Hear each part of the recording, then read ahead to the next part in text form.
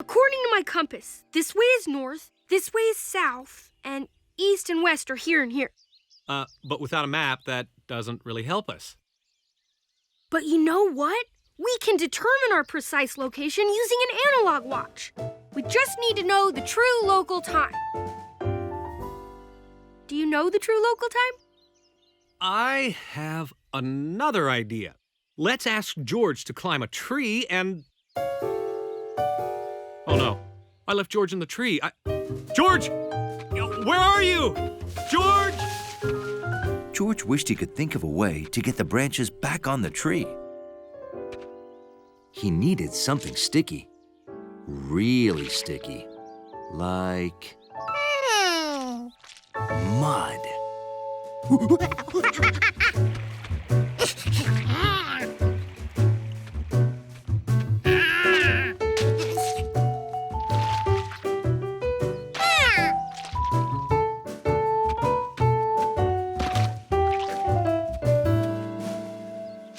Another great monkey invention.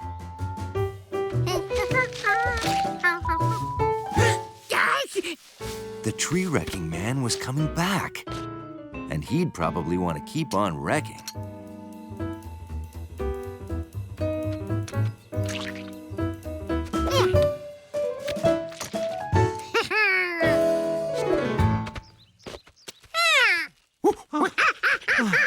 You are one crazy monkey. I haven't run like that since... Hey, where's my lopper? That thing I was cutting branches with? George! Can you hear me? George! George! Oh, thank goodness I found you! Oh, I'm sorry I left you in that tree. Oh, Dr. Greenbean, nice to see you. Sorry we're late. We've had a rough day. Tell me about it. First, this monkey ran off with my hat, and now my tree lopper has vanished.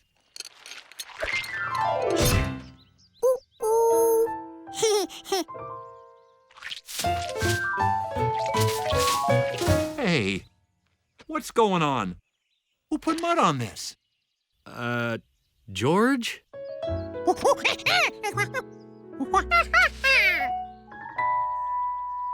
Ah, so Dr. Greenbean was cutting some branches, and you thought he was hurting the tree. Ah, you should have asked. Oh, wait, you're a monkey. Well, anyway, this is called pruning. You make a careful cut, and it doesn't hurt the tree at all. He's right, George. I've pruned many a tree in my day. You see, George, too many branches are bad news. They block the sun, and then the fruit can't grow. But hey, I'm proud of you, George. You behaved just like an honorary sprout. In fact, I would say your effort on behalf of trees qualifies you for full sprout status. Great, George! Nice work for a city kid. Okay, Sprouts. Let's go get some lunch, and Dr. Greenbean can tell us everything he knows about trees. Bill, are you coming? In a minute. I'm still trying to figure out where we are. Oh, huh.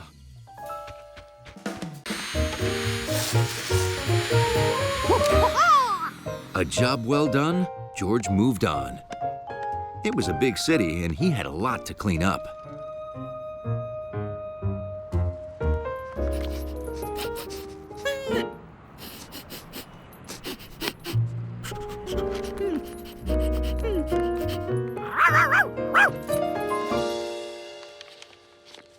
Every day when the nice lady threw birdseed, Compass flew off to tell his friends it was lunchtime.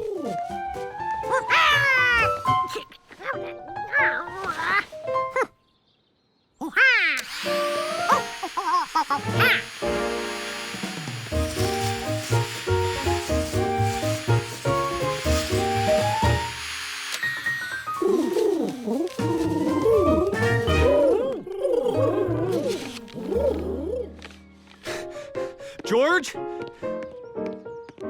Anybody seen a monkey carrying a vacuum cleaner? Is he wearing a cape? I don't know. Could there be more than one monkey with a vacuum in the city? Oh, I've got to find George before he empties that bag. I wonder how much stuff it can hold.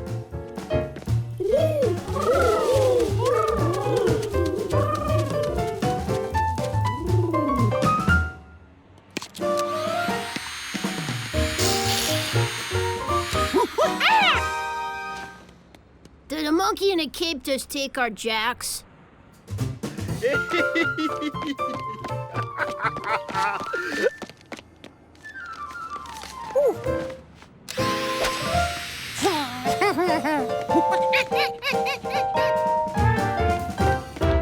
A monkey with a vacuum just vacuumed up my winning lottery ticket.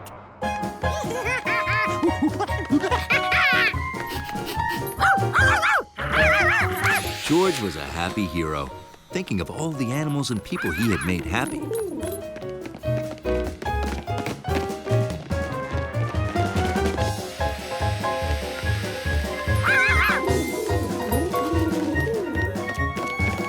George, come back!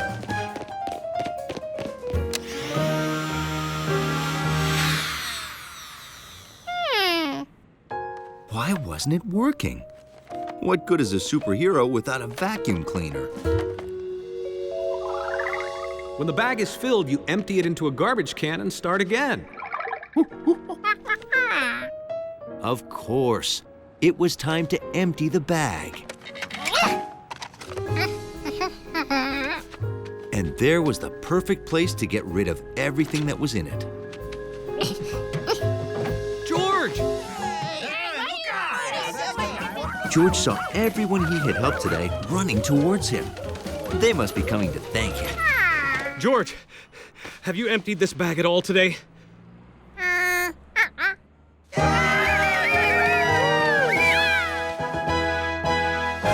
George was happy to be of service. I'm happy to say they're all there. Thanks. George, would you like to vacuum my place? I have lots of valuable, dusty collectibles. Valuable collectibles? Sorry, gotta go now. Bye. George!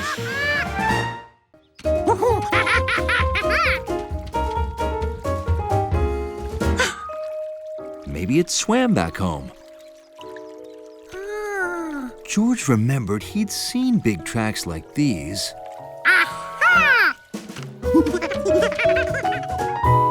In a book. There they were. Dinosaur tracks. A duck-billed dinosaur. George got a photo of Jumpy by leaving out food. Couldn't he do the same with a dinosaur? What a prize photo that would be. He didn't have any dinosaur food, but maybe they would like fruits and vegetables.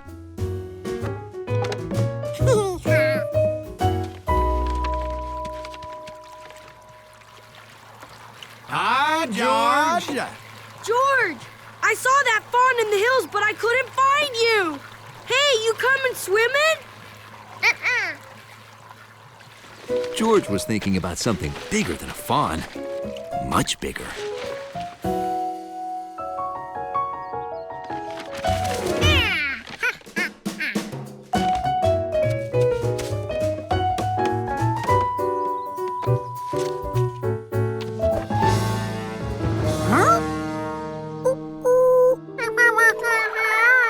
Those tracks couldn't possibly belong to a meat-eating dinosaur, could they?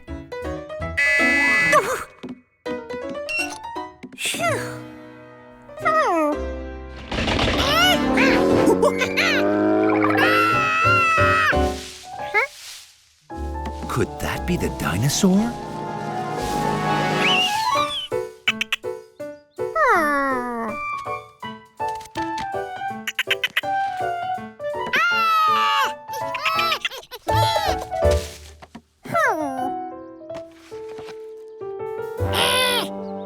George decided to warn the man with the yellow hat that a hungry dinosaur might be visiting.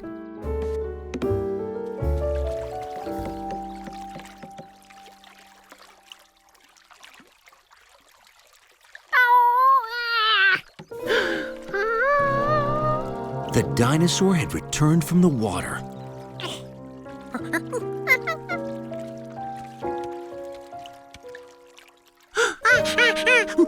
And the tracks were headed towards Bill's house.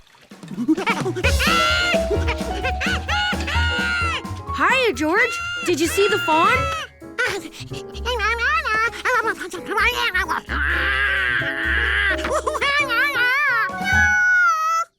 Yeah, I guess those do look like dinosaur tracks.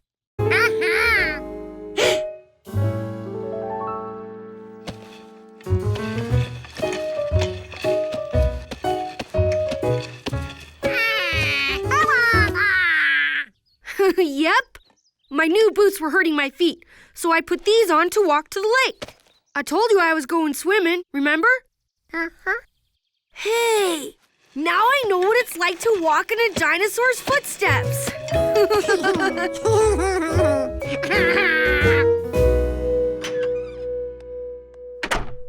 With no hungry dinosaurs around, George still needed that special photo for Nature Week. It sounded like Jumpy was hungry again. But George had enough pictures of that squirrel.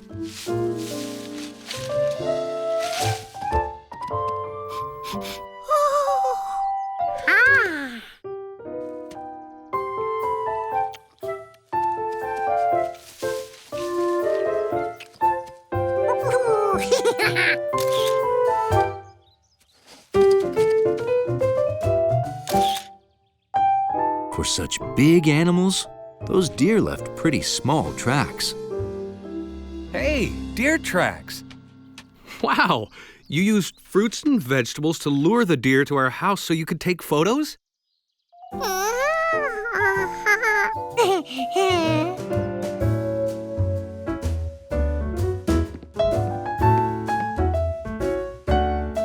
Look at these wonderful deer. Oh, how did you manage to capture such amazing photos, George?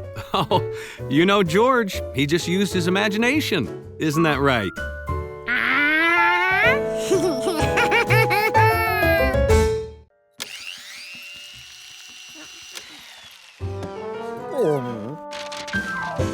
George decided to experiment with different amounts of each ingredient.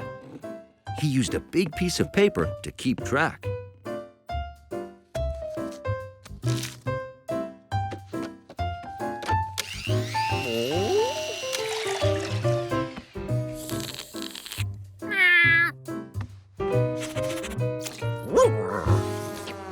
Not berry enough. So George added strawberries. Too sweet. George added more peppers.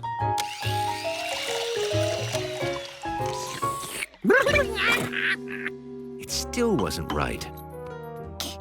And it certainly didn't pass the Hundley test. Maybe George needed more of these things. Close, but George thought more apples might help.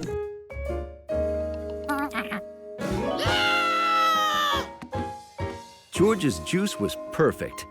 Well, almost. It still needed a special secret ingredient. Where could he find one of those?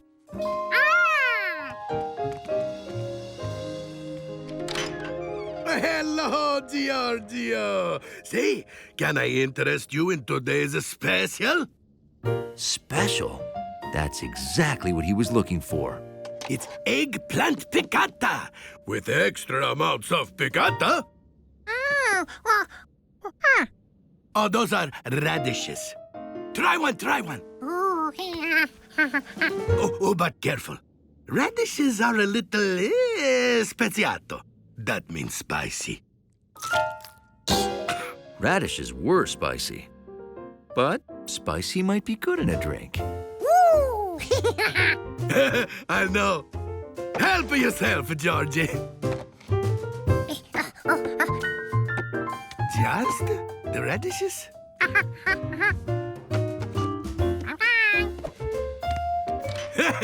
Bye-bye. George hoped that one radish would do the trick.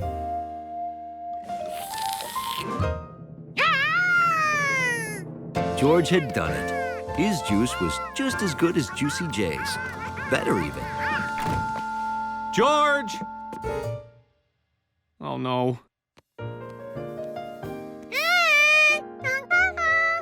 Oh, have you been making juice? Oh my goodness, this juice is amazing! Yeah! George thought his juice was so delicious, he decided to give it away at the next farmer's market. Get your George juice. It's made with apples for strong bones, cabbage for vitamin C, and a bunch of other healthy stuff.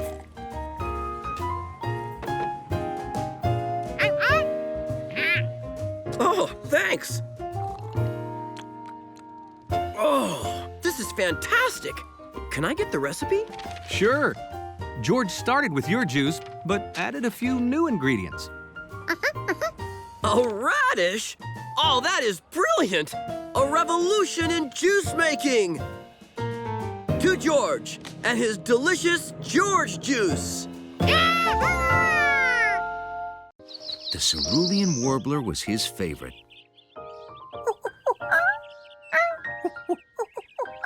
Which is why today was so important. Well, Director, here's the book. Everything you ever wanted to know about the cerulean warbler in just 1,400 pages. Very impressive. I want everyone to know that the warbler is endangered. There aren't many left. Hopefully, this will do the trick. Oh, a book like this will help get the word out. How's it selling? Not so well. We were hoping you could give them to all the bird lovers who come here to the aviary. Sure. How many? Just a few. 100? Well, it's a very important topic, so I'll see what I can do. Thanks. I have another plan for spreading the bird word, George. I'm meeting today with Lance Libro. He owns a big chain of bookstores. And you know what I'm gonna say? Mr. Libro, the cerulean warbler needs your help. You must carry my book. Oh, boy. Later that morning, George was still thinking about the warbler. And the fact that their bathtub was filled with books. Lemonade! Get your free lemonade! Say, can I have another? Gosh, this is wonderful. The best ever! Hey, George, you know why they call me the Lemonade King?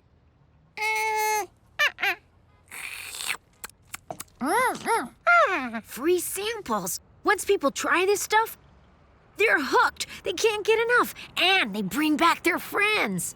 This is the best ever. I'll take 2, please. Wow, sure.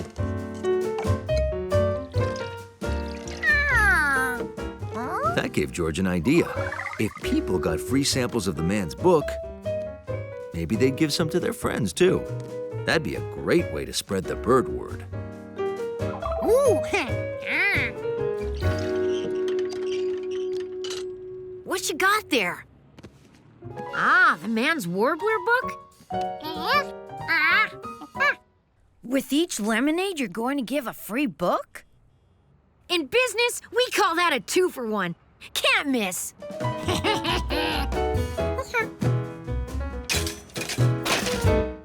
But not everyone who wanted lemonade wanted a book. Either it didn't fit on a bicycle, or it was too yellow, or they didn't know how to read.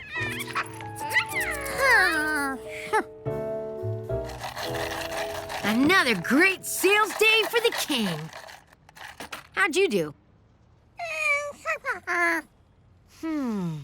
Looks like you need to reach more people. You should advertise. Huh? It means show what you got so people know you're here. Check out my sign.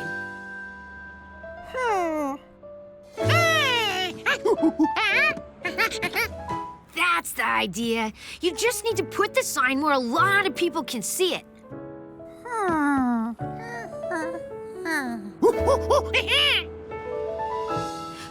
Now you're talking. People will see that for miles. Want some help? Okay, so we need to paint something that'll really grab people. A picture with pizzazz.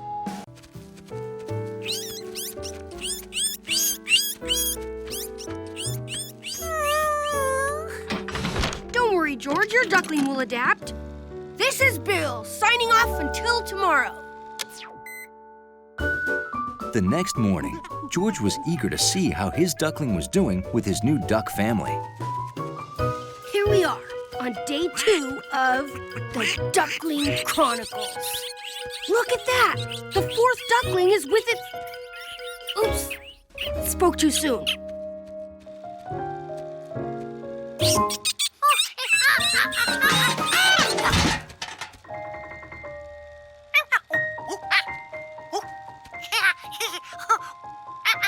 The duckling still thinks George is its mother. George had to show the duckling that monkeys are one thing and ducks are another.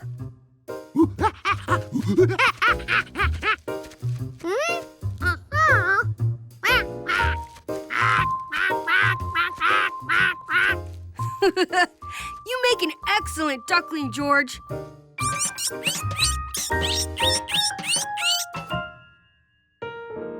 This was getting nowhere. George decided to try another approach.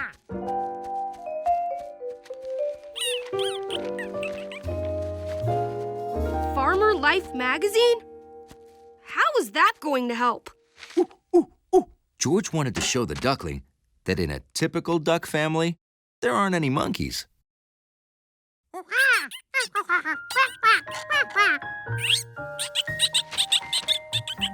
That wasn't working either.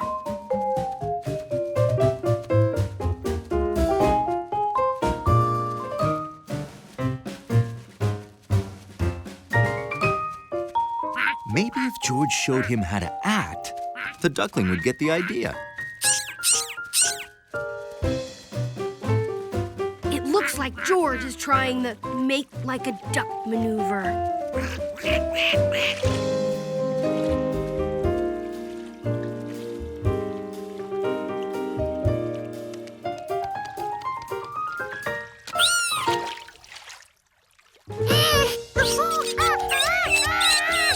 Uh-oh.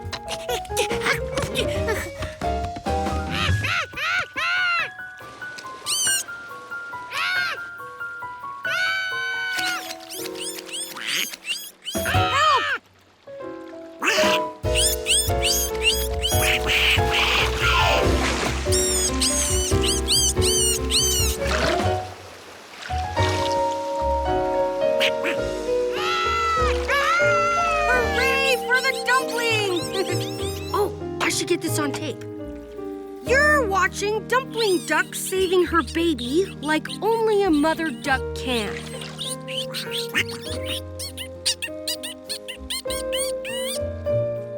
And so, the ducklings were brought together by this daring rescue and by the kid from the city who helped to hatch them.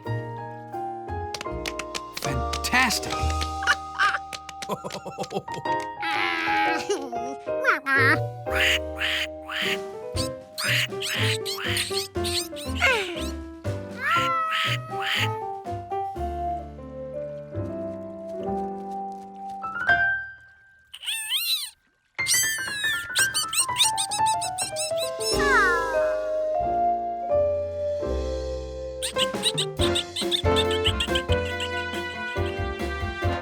This is Bill and the City Kid. Bringing you one totally happy ending.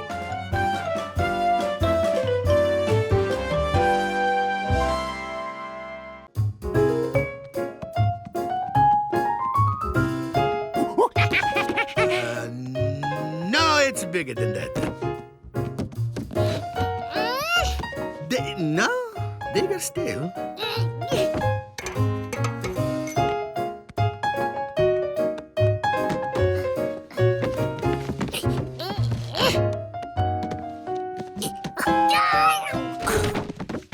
That's it! Oh, thank you, Giorgio. You know, I got to get some cookbooks too, so I'll check this out up front. Bye-bye, little buddy. I mean, bye-bye, little buddy.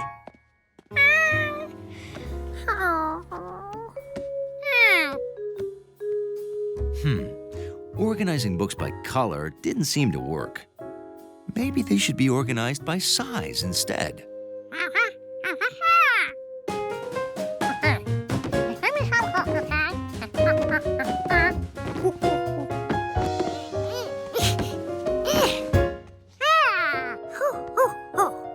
Little books, medium books, big books, humongous books. George had fixed the library again.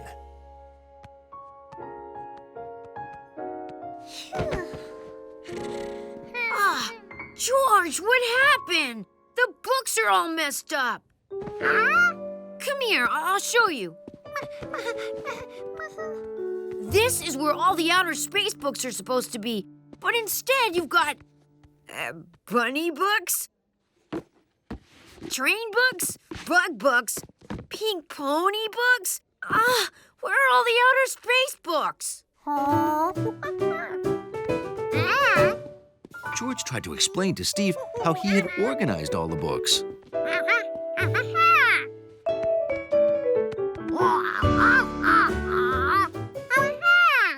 Did you arrange all the books by size? That's amazing! But I don't think that's the way libraries work. See, outer space books are supposed to go on this shelf, and books about dinosaurs go on that shelf, and all the other books, I don't know where they go.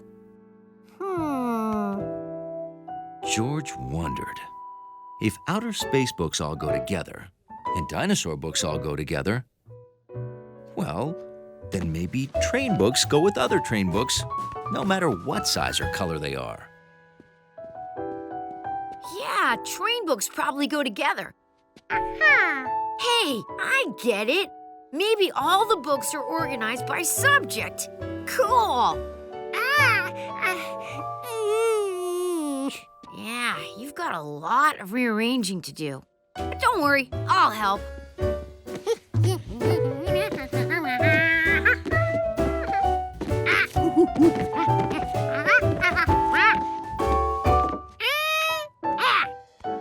We did it! The books are back in the right order. Great job, you hairy librarian. I'm back, George. My, it looks neat as a pin in here. All the books are back where they should be, on the shelves according to their subject. Right? Well, mostly right. Books are typically arranged by subject, then by author alphabetically. Except storybooks. They go together by author. I'm sure I can put things right in no time. Great. Sounds like you did a great job, George. Hey, maybe you'd like to help out at the library every Saturday. Helping Mrs. Dewey was fun, but exhausting. Yoo-hoo, George! You forgot your book! On the other hand, only a librarian would give you Adventurous Henry for another 2 weeks. What could be better than that?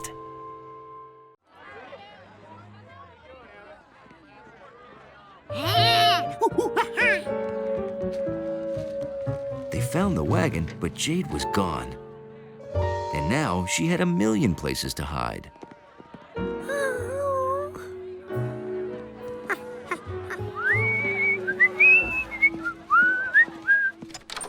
Hi, George. Oh, what happened here? Oh, boy. Hey, Jade. Well, I don't know where George went, but I have to get you to the zoo. I can't be late for Professor Chroma. George knew he couldn't look everywhere for Jade. He needed a plan. In the apartment, Jade had hidden in 3 places: under the couch, on top of the lamp, and behind the radiator. They were all places George couldn't reach. They were also warm places. Maybe Jade liked to be warm. Maybe that's where George should look.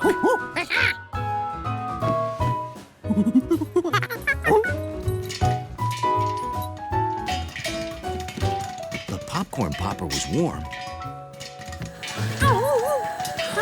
but Jade wasn't there. The vegetable barbecue also had heat, but it didn't have Jade.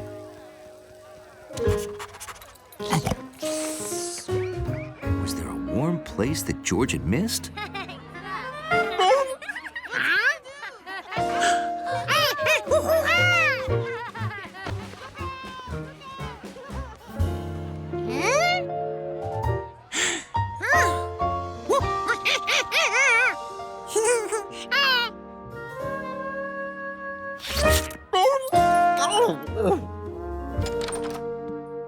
Now all George had to do was put Jade back in her cage. The cage was gone. That meant that the man had taken Squeaky to the zoo instead of Jade. Hey, George, what's the rush? Sounds exciting. Well, hop on. Meanwhile, the man with the yellow hat had just finished telling the dramatic story of Jade's rescue. And now I would like to examine Jade. If she is the rare chameleon that you say, then, and only then, can she stay. Well, of course. Squeaky? What was that sound? What? The squeak? Oh, hey, let's all go to lunch, huh? I don't know about you, but I'm starving. The chameleon, please. Show me the chameleon. Oh, okay. George? Let me see. Well, it's... perhaps... Yes! This is the chameleon we've been hoping for! Oh, welcome, Jade, to the zoo.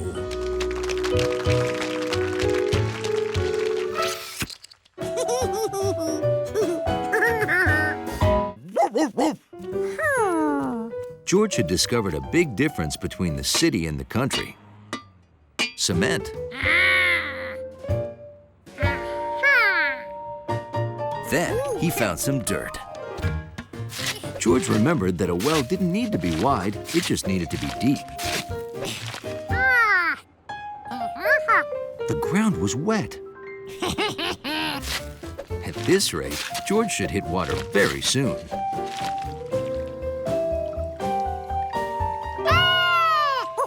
George had water. What he didn't have was a way to get it out of the ground.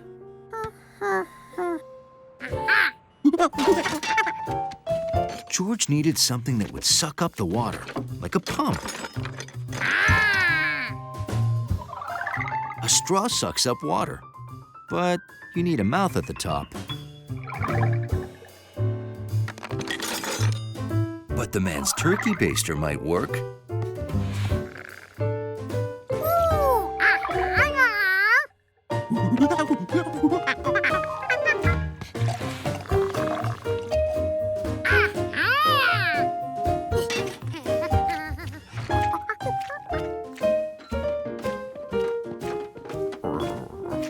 A monkey with a turkey baster? It's not Thanksgiving, is it? At this rate, filling the bathtub would take forever. George remembered that people used pipes to carry water from their wells. So that's what George needed, a very long pipe.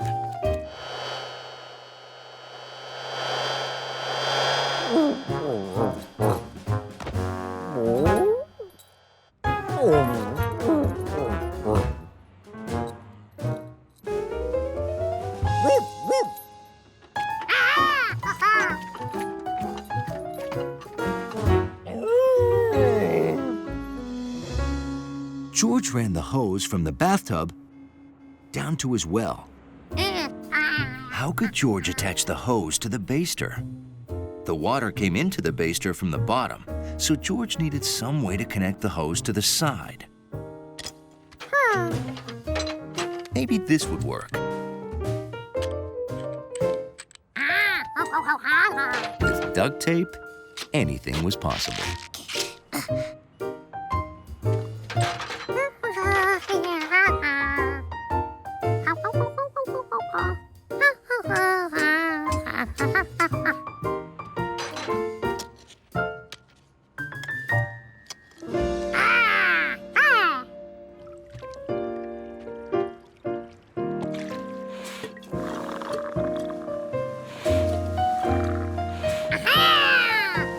It worked.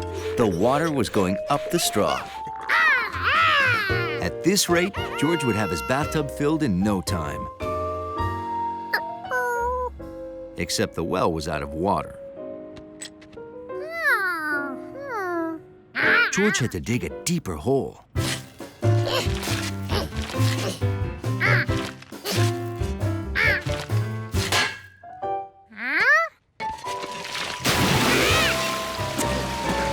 George had struck a mother load of water.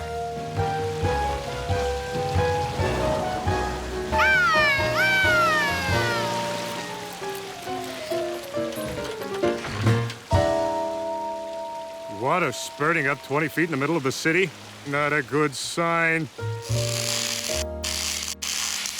See, the whole reason we turned the water off was to figure out why we were losing pressure. Turns out the water main leading to the building had a crack in it. I still don't know how George discovered the water main or the crack, but it's a good thing you did. Well, I have to say, George, you haven't looked this clean in days. When you take a bath, you really take a bath.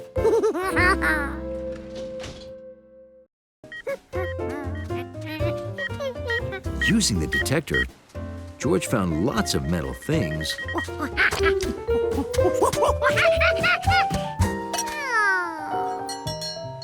But none of them was Yorbo.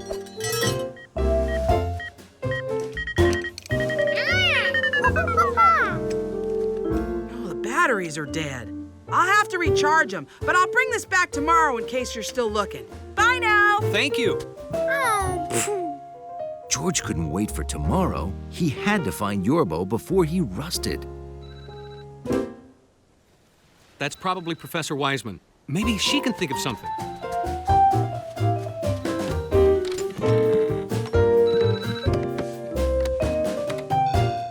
Hey, guys. Hi. I heard there was a storm, so I thought I'd check in. Oh, what's wrong?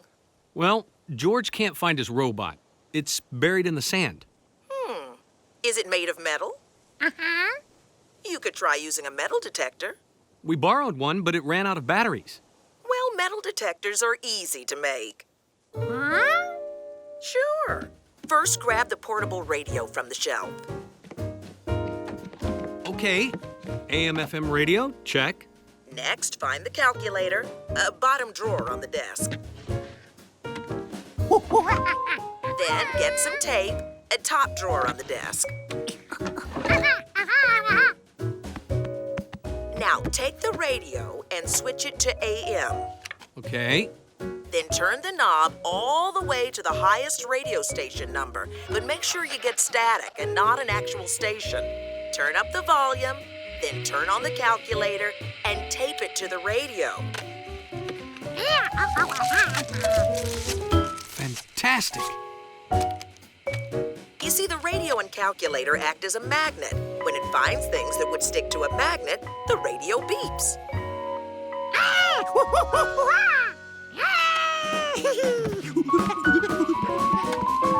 That's amazing. I can't believe you knew that.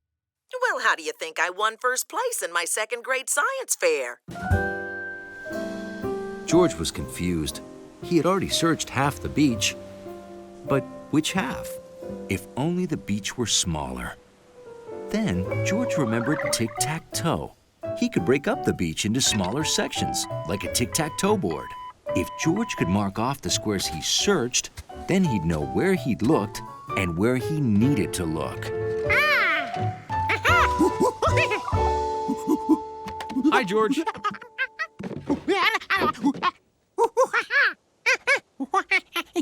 You want to make a grid to help you keep track of your search? Oh, great idea, George.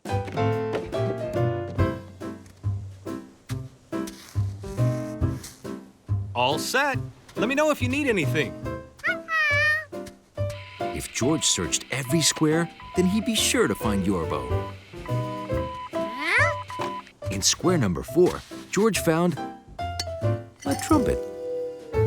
In square 6, George found a front grille to a 57 Cadillac. But by square number 8, there was still no sign of Yorbo. No luck, huh?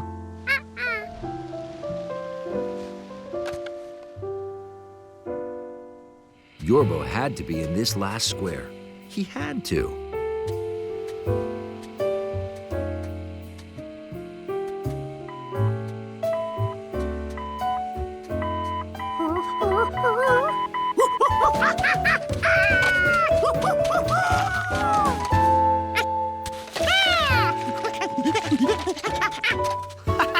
Way to go, George! You found him! Yorbo is great, yes?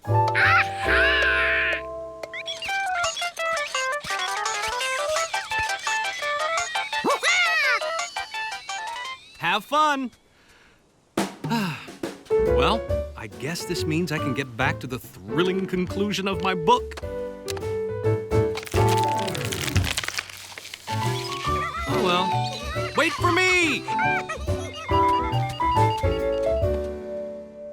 On sunny, snowy days, George usually got up bright and early.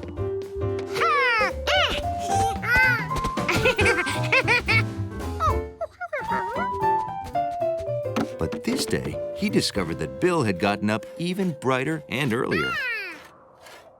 Hey, George!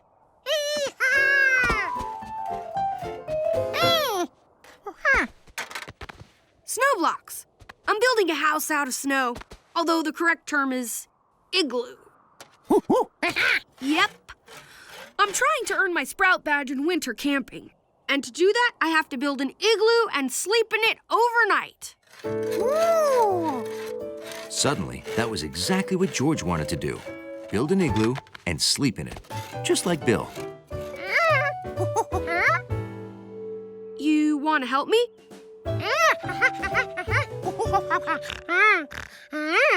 And sleep in the igloo, too? Why not? Let's get started.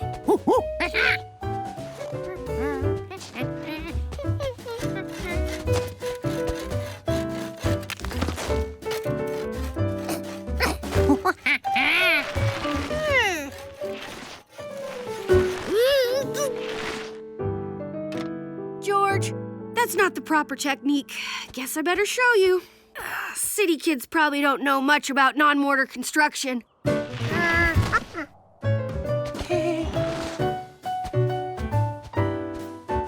See? The first thing you do is mark a circle in the snow. That's your foundation. Then you take the biggest blocks and fit them together like this. Bill showed George how to build up the igloo walls block by block, making sure that the top layer overlapped the bottom.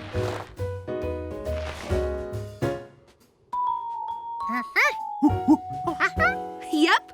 And when we're all done, we can just smooth out the inside. As they built it up, the igloo started to look like a volleyball cut in half. See? We keep shaping these blocks and put them all the way around until there's just a small hole left in the center. And we fill that with a large block called a keystone. You have to cram it in so it'll hold the walls in place. Now, I'll just make a few air holes. And once we fill all these cracks with snow, it'll stay pretty warm. Yep, we're done.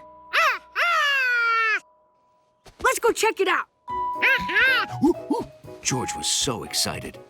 He had never been in an igloo before. The inside of the igloo was smaller than George thought. He had wanted a fun igloo. One that was big enough for a bed and a tuba and his friends. Sort of like his room, only better.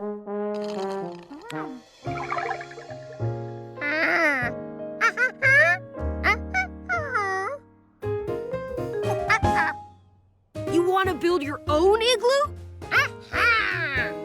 Sure, I wish I could help you, but I gotta fill up these cracks and then do my chores.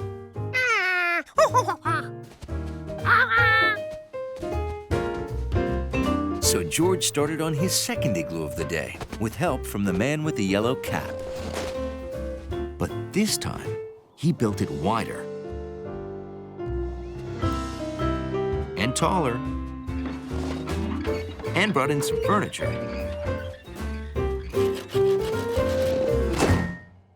Wow, good window. Are you sure you want to spend the night in here, George? Okie doke. I guess it's time to make the cocoa. Hey, George, how's it? Whoa, this is huge. You put a bed in here? And a sofa? Wow. The only thing is, it might get cold at night. The bigger the igloo, the colder it gets. George wasn't worried. He figured he'd just wear his coat to bed. Today was a busy day at George's apartment. Professor Wiseman was coming to dinner, and the man with the yellow hat wanted everything to be just right. I have an idea. Why don't I finish getting the apartment ready and you go to the store? Great. Let's make a list. Okay, I need carrots for my famous carrot cake.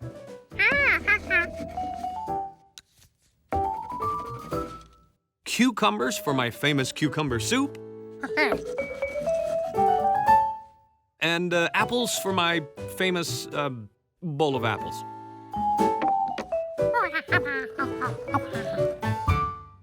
Here's a bag and some money, George, and have fun. Bye-bye. When George got to their favorite store, it was closed. The grocer was on his annual fishing trip.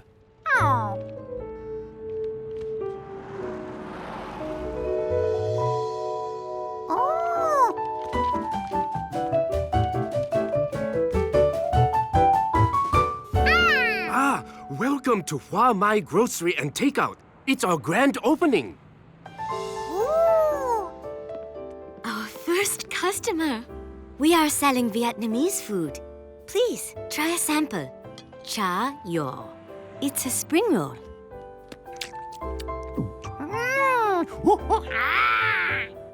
Come on in and... Uh-oh. Clean up on aisle 3.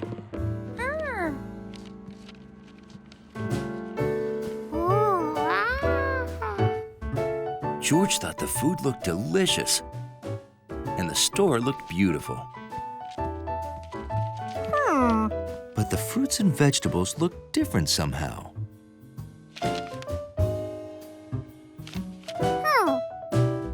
This was green and long and bumpy. Must be a cucumber. Next on the list, red round apples.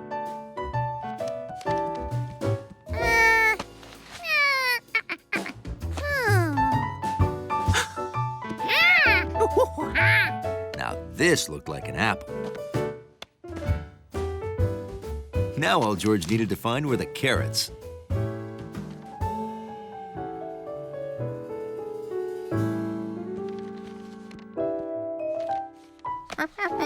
Were these carrots? George didn't know for sure, but they looked like carrots and were bunched up like carrots. Ah, customer number 1. You ready?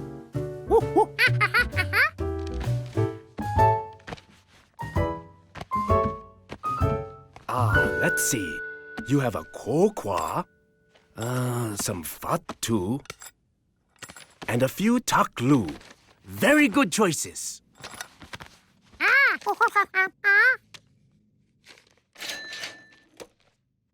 Here you are. Thank you very much.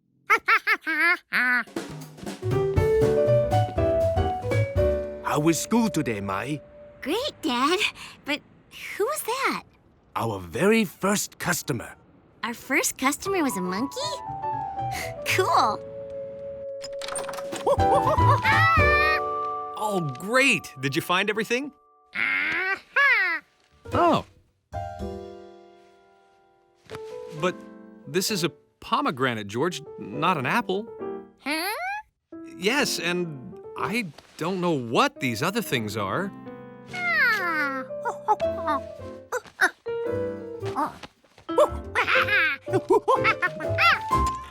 Thanks, George. George decided that this time he'd ask for help. You're back. Hi. My name's Mai. Can I help you? Fatu, taklu, and kogwa. Yum! But didn't you just buy these?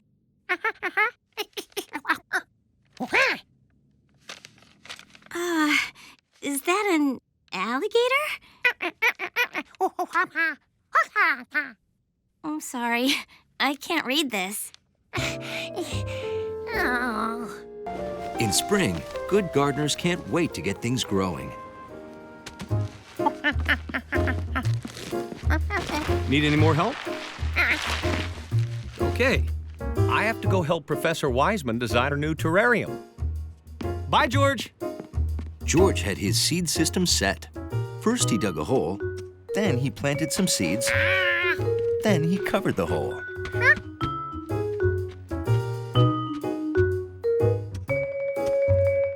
Compass had a seed system too, but he didn't plant seeds.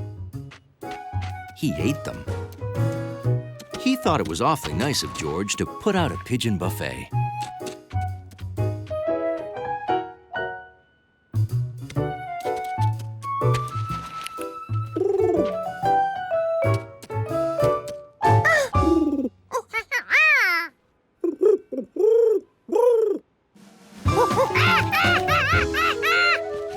Compass thought this restaurant had weird rules.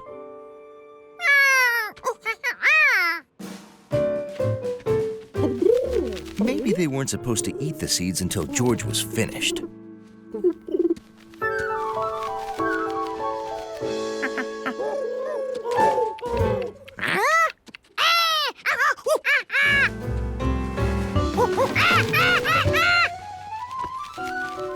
Or maybe you weren't supposed to eat while George was around.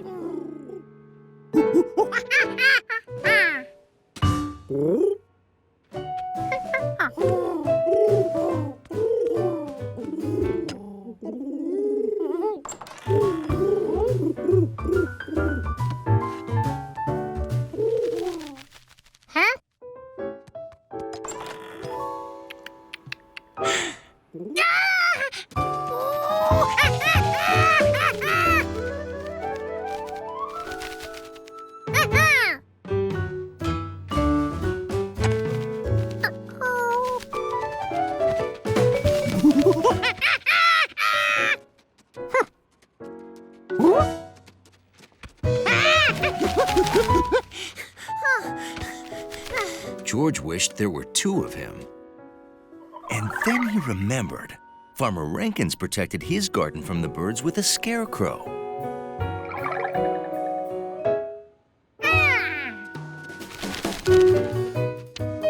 So George decided to make a scarecrow too.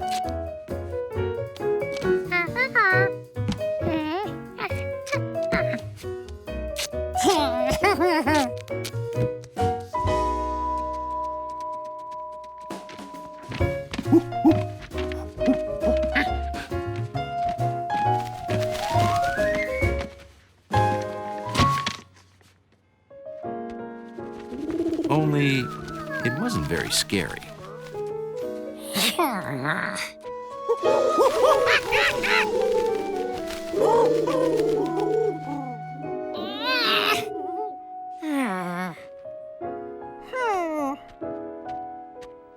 Maybe the birds were only scared away when something was moving.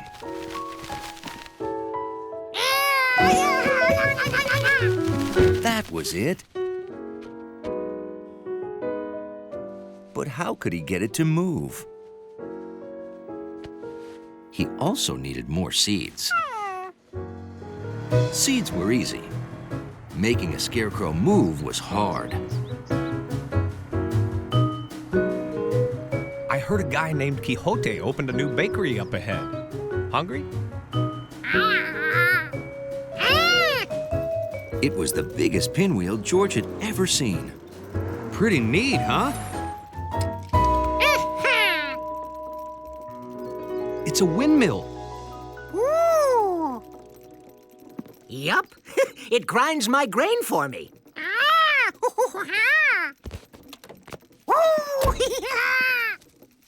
Let me show you how it works. When the wind blows, it pushes the sails, just like wind pushes a sailboat along the water. But since sails are attached to the mill, instead of moving forward, they spin around.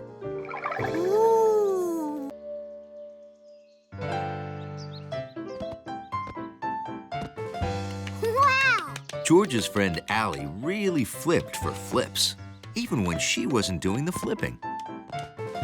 Did you see that? Yeah. The annual Gymnastic tournament was right up Allie's alley. Next year, that's gonna be me. Here comes another one. The Gymnastic tournament was for gymnasts of all ages. There were girl gymnasts and boy gymnasts and a bug gymnast?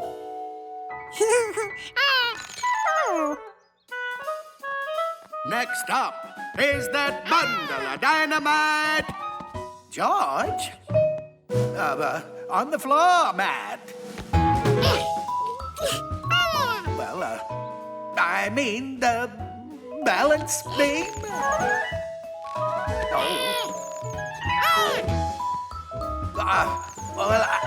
I guess I mean the uneven parallel bars. Or do I? I mean, George, on the rings there. Yeah, I give up.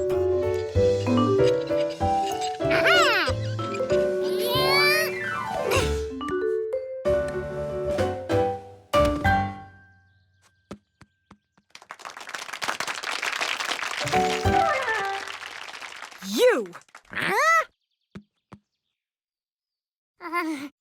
He didn't mean to disrupt things. You are a natural-born gymnast. You've got to come to my gymnastics class. You teach gymnastics? I want to come too. Me too. Really? Do you know how strong your arms have to be to do gymnastics? Imagine how far a guy could throw a newspaper. Oh, yeah. Fantastic! See you at the community center tomorrow for an introduction to the class. 3 o'clock. See ya! Oh, I bet we'll be tumbling in no time.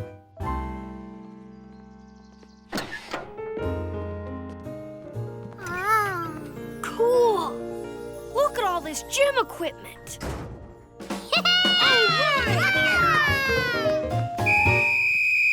But before you can tumble,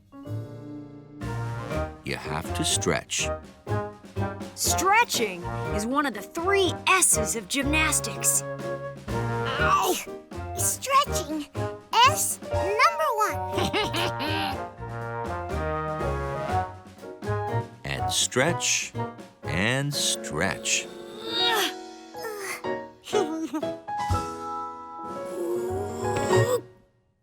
I got it! I guess stretched muscles are more bendy.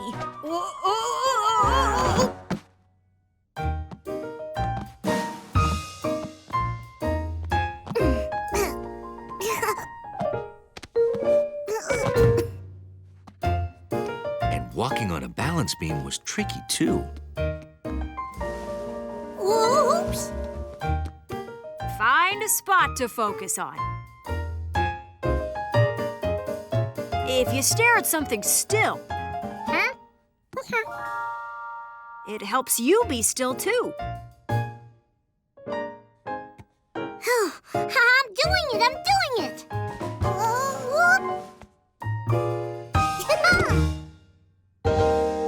So, when do we start with these puppies? Go ahead. Give it a try. The rings take a lot of strength. We'll work our way up to it. You can practice with a bench until your back, arms, and chest are strong enough to pull you up.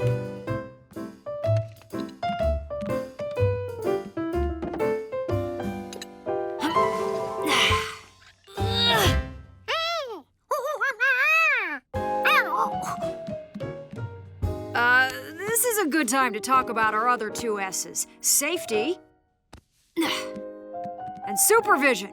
You should always have someone spotting you.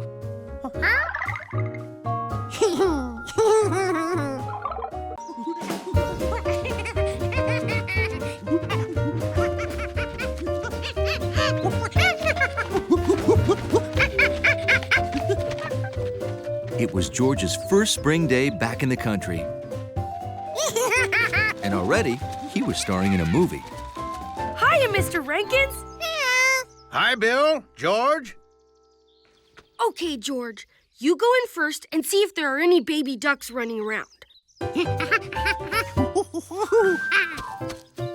I'll follow with my camcorder. This will make a great scene for my science project about baby animals. This is Bill, bringing you baby ducks, live from the Rankins barn.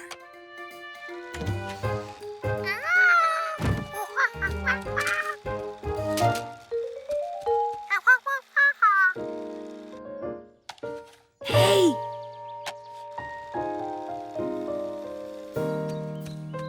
We're in luck. The ducklings haven't hatched yet. They're still inside their eggs. Sure, George. Look. You and me and other mammals come into the world as babies. But birds, ducks for example, come as eggs. Yep, Dumpling's babies will hatch from these eggs, as long as she sits on them to keep them warm. Sprouts on her, George. If she doesn't sit on them, they'll get cold and never hatch. Oh, my battery died. I'll have to get another one. Don't let the eggs hatch without me, okay?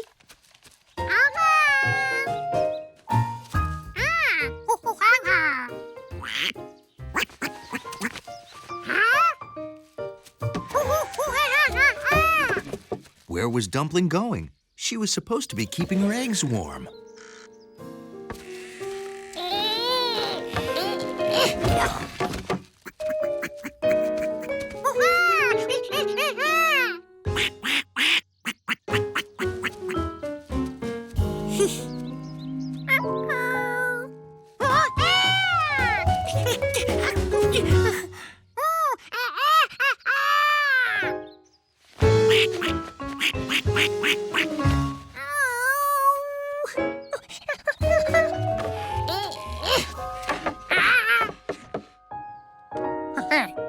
The eggs were still warm, but if Dumpling didn't come back soon... George decided that if Dumpling wasn't going to sit on her eggs, he'd have to do it. Carefully.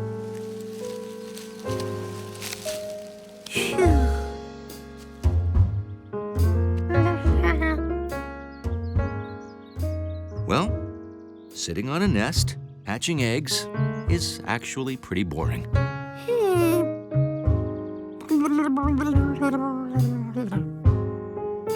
Thanks for loaning me a battery, sir. No problem. I think that's great you're filming a duck hatching. No!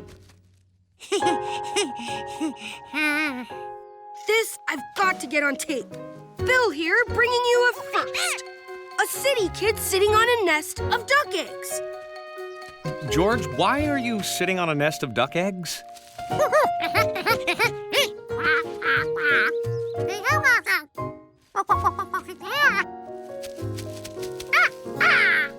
It looks like he's trying to keep Dumpling's eggs warm.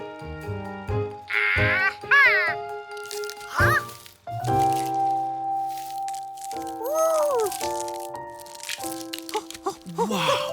I don't believe it. A duck is hatching right before my very eyes. On camera. Mr. and Mrs. Rankins, you don't want to miss this. Your ducks are hatching. We'll be right there.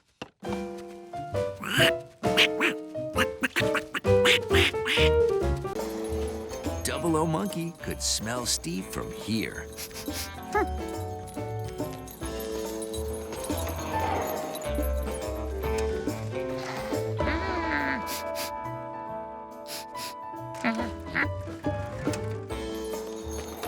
His tracking devices were working like a charm.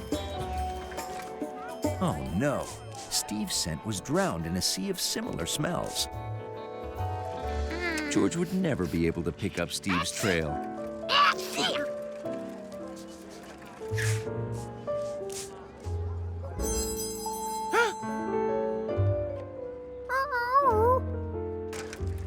It was clear 3 senses weren't enough to track the slippery Steve. Double O Monkey would need 4.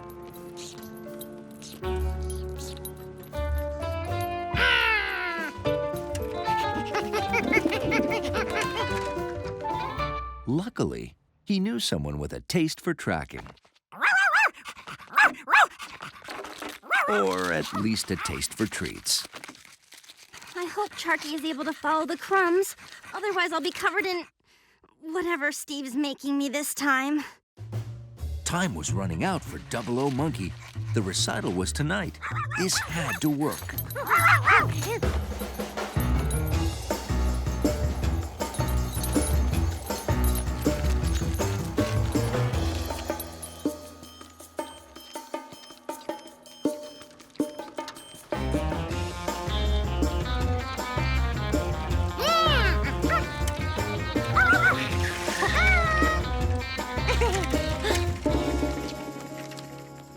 Steve's trail ended here. Which room was Steve in? Oh. His tracking device.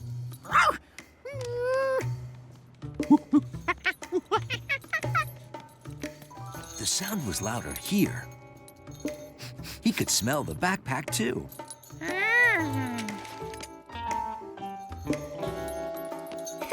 Betsy's gonna love this. Betsy was right. Steve was making another surprise for her. Now I just have to find a box. And George had to find out what. Double O Monkey couldn't see through the window. Maybe he could feel what it was.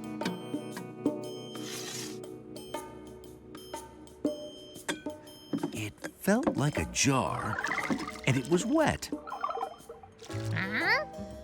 Paint? That was a weird good luck gift. Although Betsy did love to paint. Maybe Steve had a whole set of paints for her?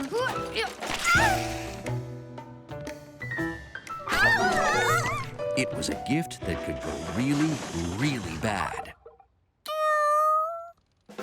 George had to warn her.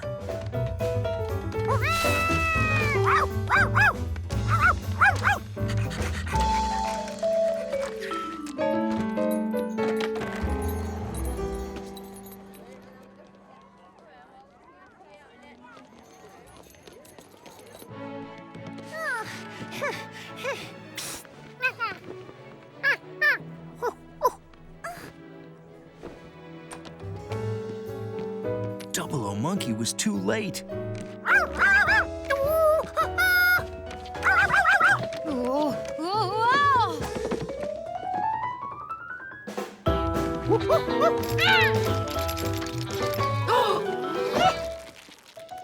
Luckily, super spies are very fast on their feet.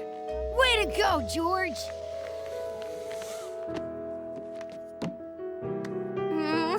Here we go again. This is for you. It's beautiful. Thank you. But why'd you make me a vase? Because it wasn't anything that could slop on you. Look, it's supposed to be you doing your solo. The paint got smudged somehow when I set it out to dry. But I kind of like it. It makes it look like you're actually moving. It sure was lucky you were here, George. That vase would have smashed into a zillion pieces. Double O Monkey saves the day again.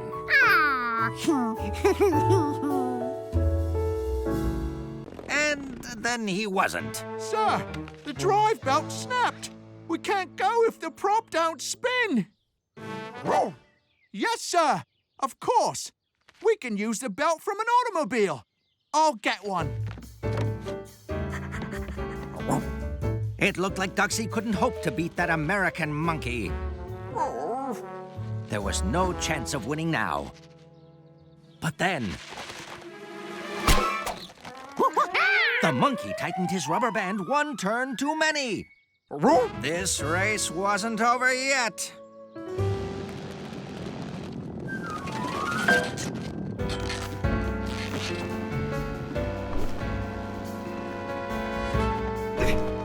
No power! Without propellers, my ship will go wherever the wind blows it. Almost!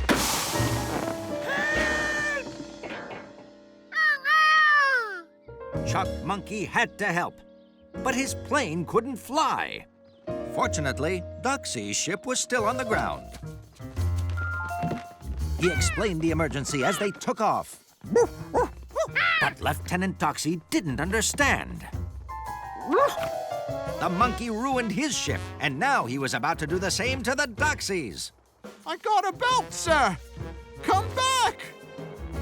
But they couldn't go back because they couldn't control the ship.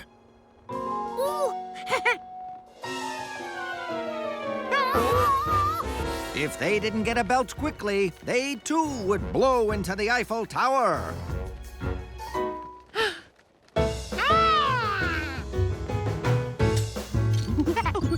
Clothes for a belt? What a great idea! Go!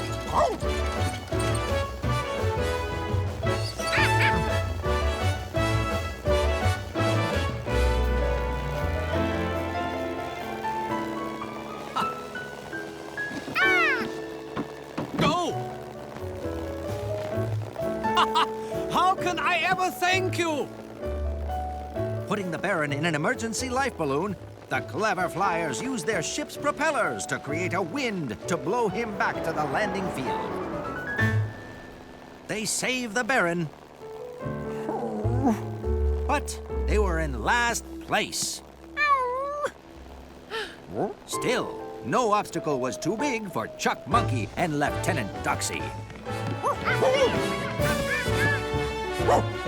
Maybe together they could win this race.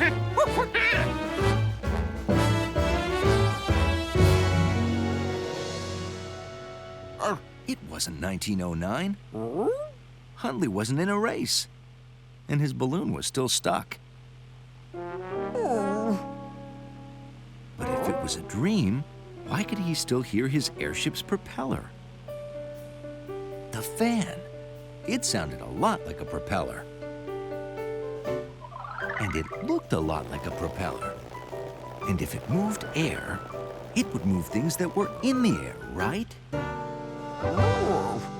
George raced back without the fishing pole because he had another idea.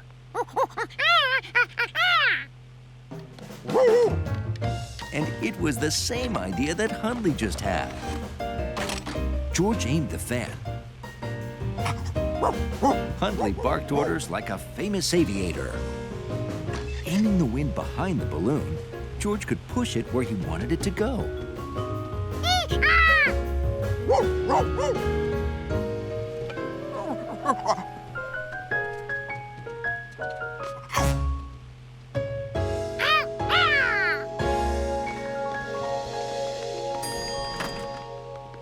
Air conditioning is all fixed. Hundley, you're relieved from duty. You want to go to the park and fly that plane, George?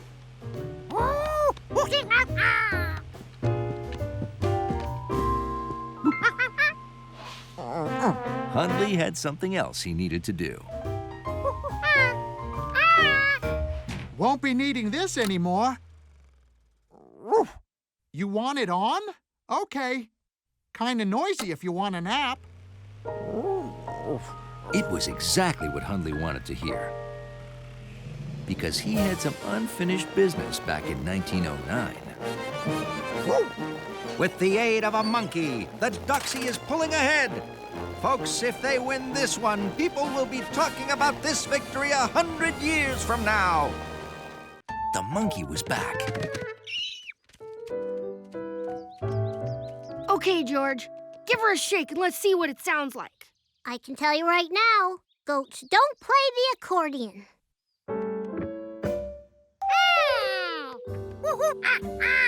That's another thing goats do. They chew things, especially boxes. Goats do eat an awful lot, but if there were a goat in there, we'd hear it moving around. It moved! I heard it move! Hello, Mr. Goat! Hello!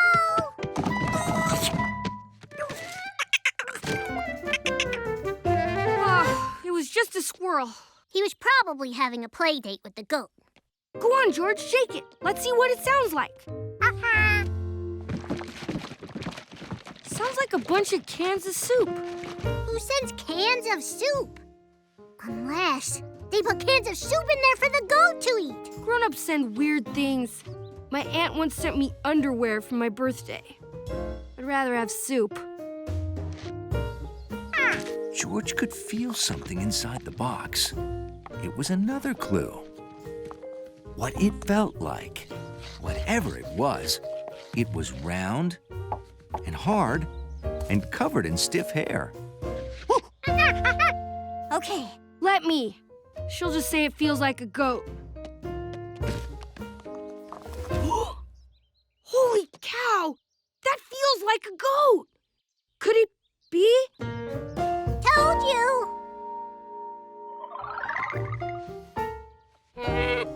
Goats were smelly.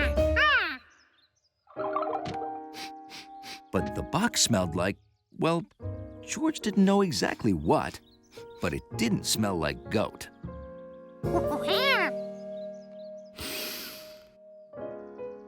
That does not smell like a goat. Maybe it had a bath. Grandma always makes me take a bath before I go on a trip. Could it be a very clean goat? Look! It's a delivery truck! He must be here to pick up the box. George didn't want to say goodbye to the box until he figured out what was inside. Please, don't take it yet. Oh, sorry. I've got my orders. But mister, we still haven't figured out what's inside. Yes, we have. It's a goat. Huh? George, we can't keep it. We don't even know who it's for. It's for you!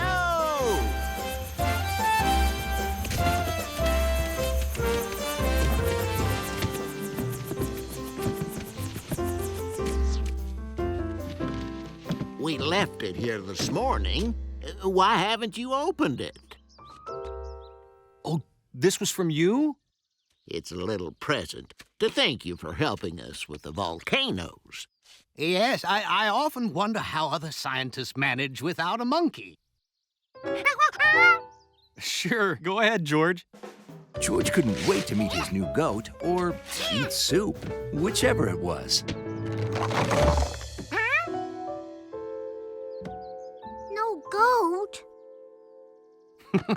Do you know what those are, George?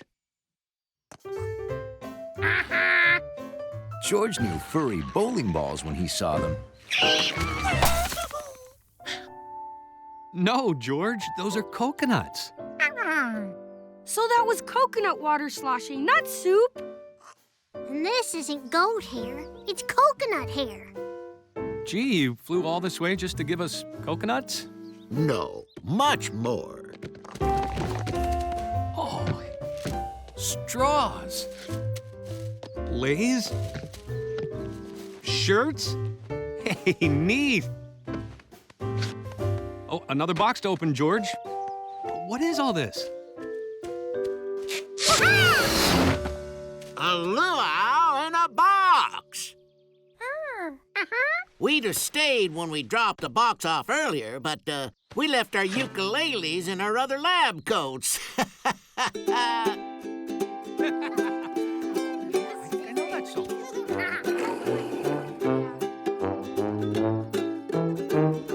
Well, George, we learned an important lesson today.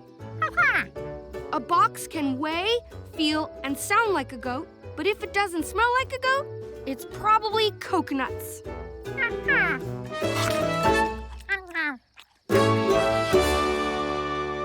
If there was one thing George was an expert at, it was making noise.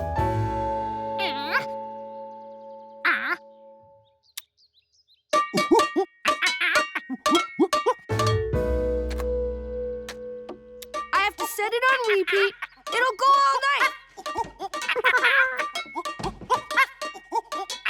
George's noise machine was sure to keep the deer away.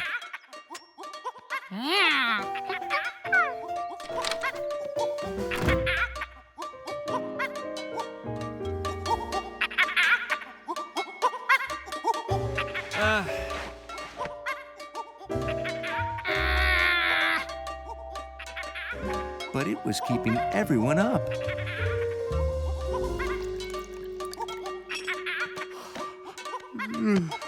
Morning, George.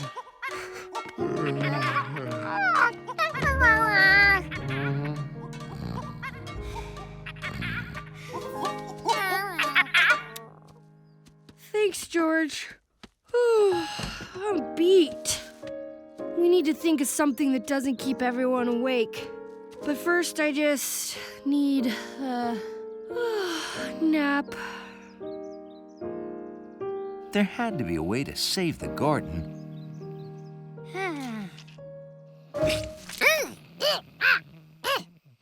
Tree sap.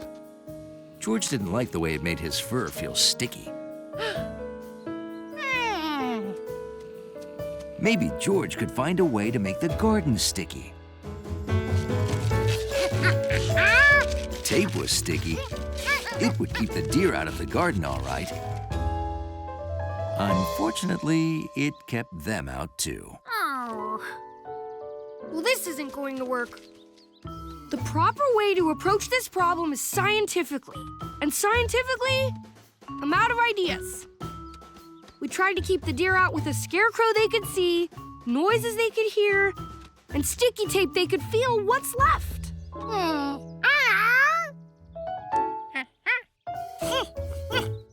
Smell. Yeah, I tried that once on my mom's garden before she got the fence. I made the stinkiest potion ever. Rotten eggs, old socks. Then I put it on my mom's garden. It kept the deer out. And my mom, too. Turns out nobody likes a garden that smells like old socks. Who knew?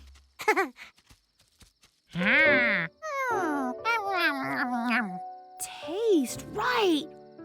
Only deer like the way flowers taste. That's the problem. Allie was coming back in just a few days. And George was worried there wouldn't be any garden left when she got home. But then he remembered something the deer didn't like.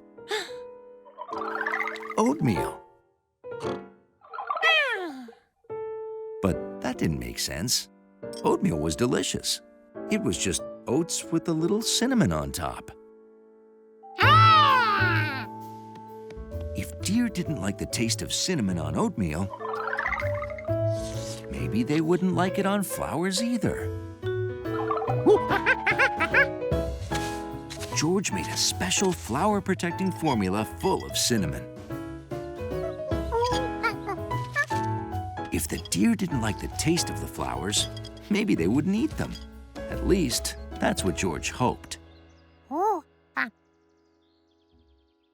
The next morning, George and Bill arrived early. There wasn't a single deer in sight. The garden was saved. Not bad for a city kid. The deer had moved on and found food that didn't taste bad to them. And after just a few days,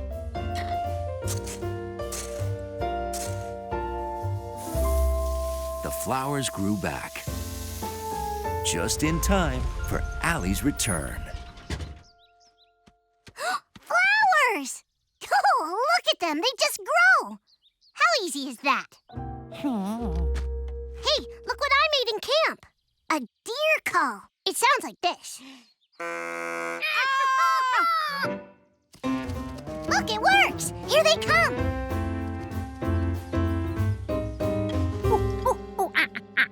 Yeah, I know. My turn.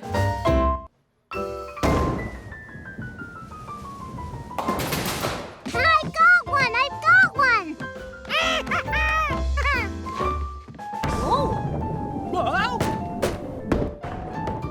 I'll get it. Ow! This shoe is really small. Maybe my left foot had a growth spurt?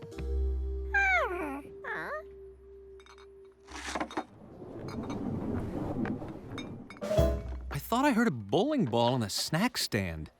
Maybe it was just thunder. Oh! I found a popcorn! Something was still wrong with the shoes. Lucy and Charlie's shoes were all size 10s. Both Janice's shoes were size 6s. And Bill's shoes were both 9s. So why did they fit differently? The 9s were written in different colors. Why did Mr. Berg's shoe numbers come in so many different colors? Hey, George hadn't noticed these colored signs before. There was a blue man, a red lady, and green children. They were the same colors as the shoes. Maybe the different colors meant they were different kinds of shoes.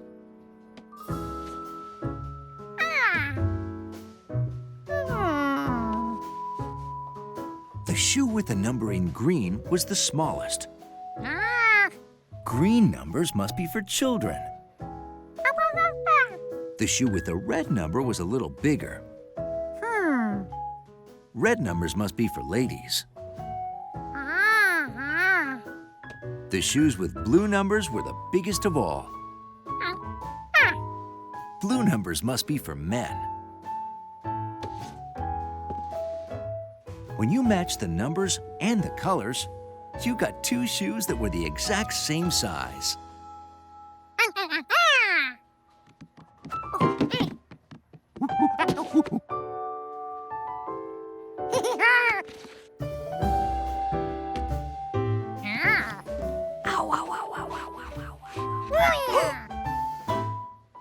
George, what are you... The different colors mean they're different kinds of shoes. How'd you ever figure that out? You're pretty smart for a city kid.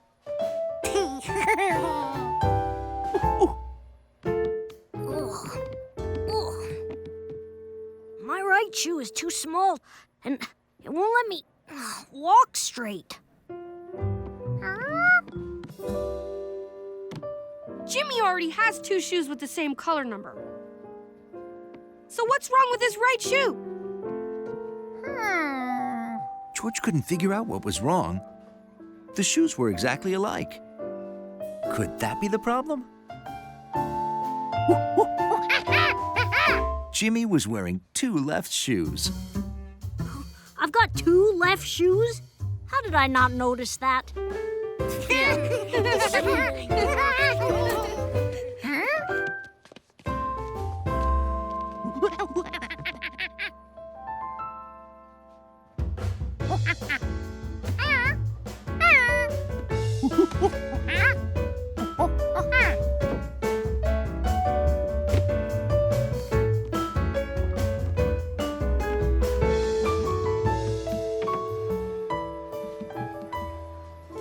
Thanks, George.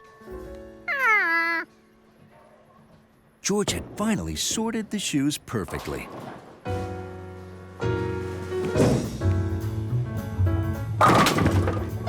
Yes! Ready, George? He even found the right size for himself.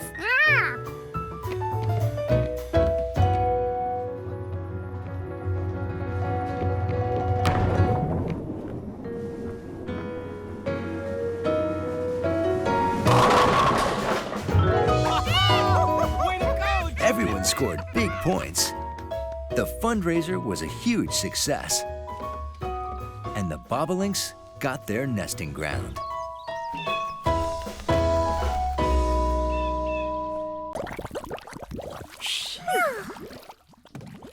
George knew this place. He was inside his stomach. The bacteria were probably having a feast on that muffin. George had to stop them.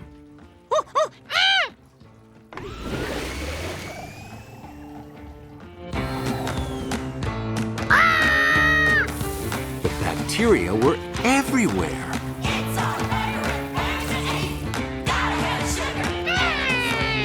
Oh, hi! We invited friends. It's a party. Oh, no! If there's food for snacking, we're not packing. Right, girls? We go wherever the goodies hide. The front, the back, the top, the side. And when you're sleeping, we're wide awake. Giving you that old toothache. They had to do something.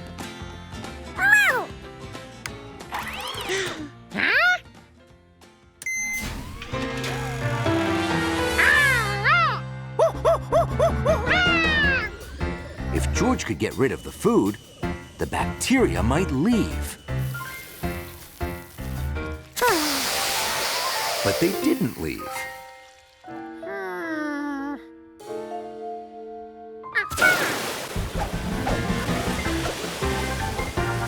Gnocchi thought she could help too.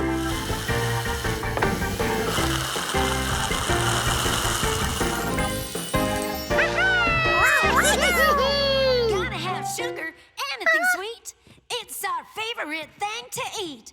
Gotta have sugar, anything sweet. There she was, eating that yellow stuff. It must be the plaque.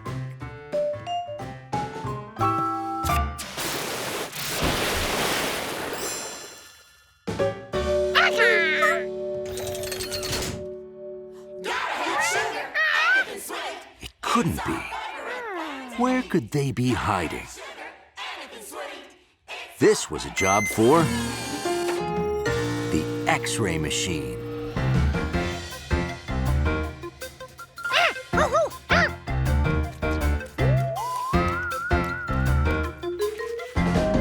If George could get rid of that last piece of food, maybe his toothache would go away. And the bacteria, too.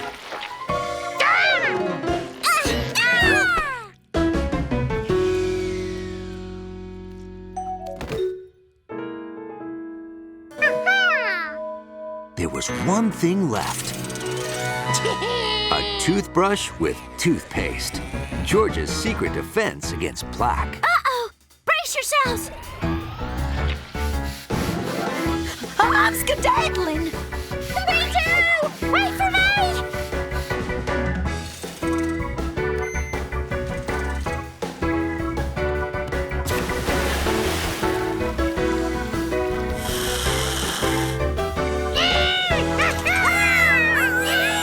George?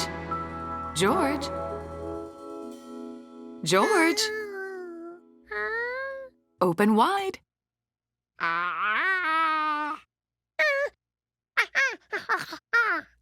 You think the problem is there? I don't see any cavities. You're right. There is something caught in your teeth. Got it. Looks like a sesame seed.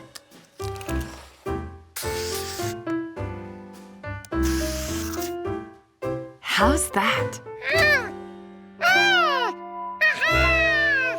Then just rinse and we're done. No more toothache. Oh, that's great news, Doctor. Zucchini muffin, anyone? Sure. Yes, please. The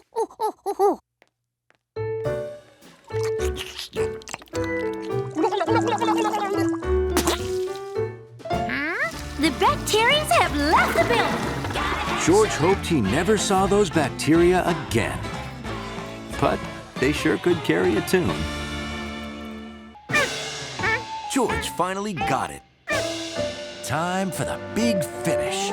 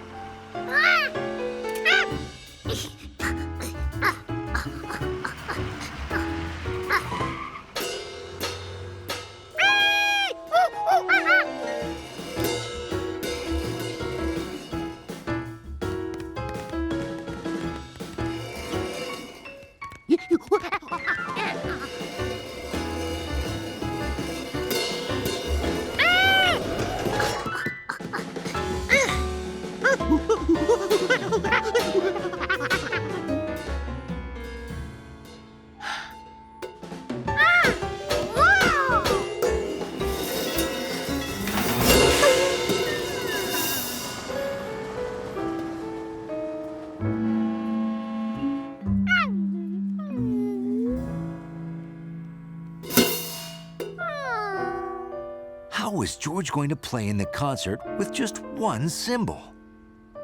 Well, maybe he only needed one. No, definitely needed two.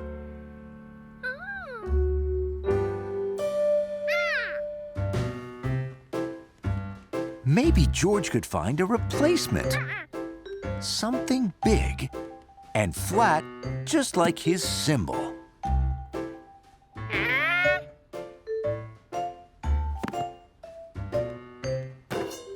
The book was a square with 4 corners, and the cymbal was a circle with no corners. Maybe what George needed was a big flat circle. He knew just where to find one.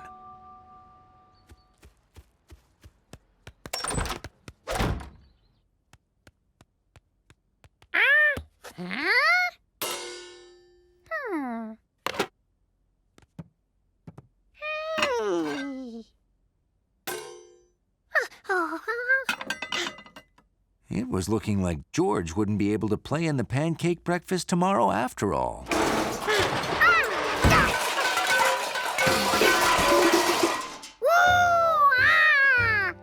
George needed his big flat circle to be made of whatever that was.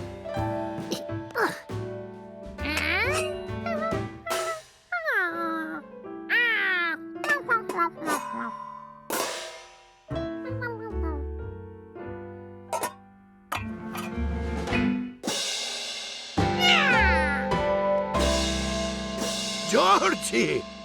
What is going on? Oh, I see you replaced one of your cymbals, eh? Oh, you want to borrow it? Of course. But take good care of it, eh?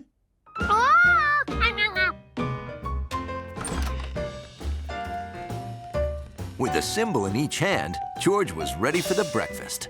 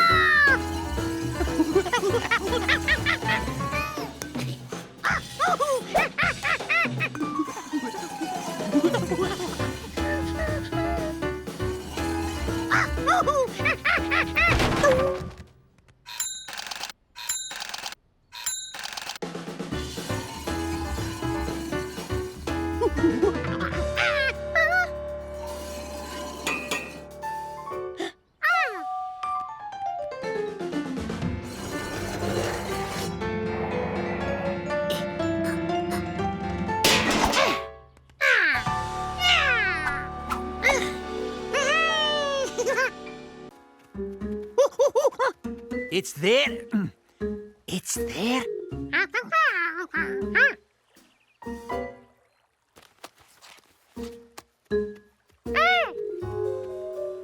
Ready? 1, 2, 3. Oh. I tell you, Georgie, Nessie is tricky. As soon as she appears, she vanishes. How would George ever share his discovery?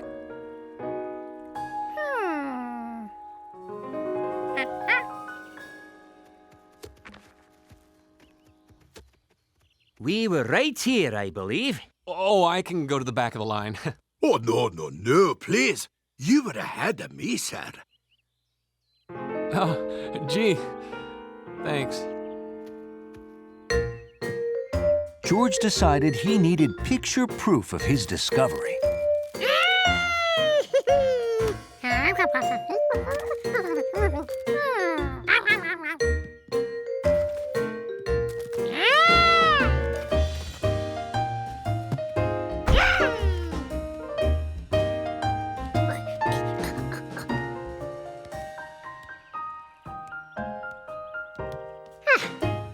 Now, George would wait.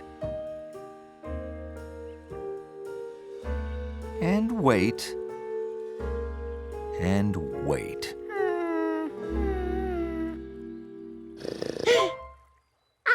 It was the monster.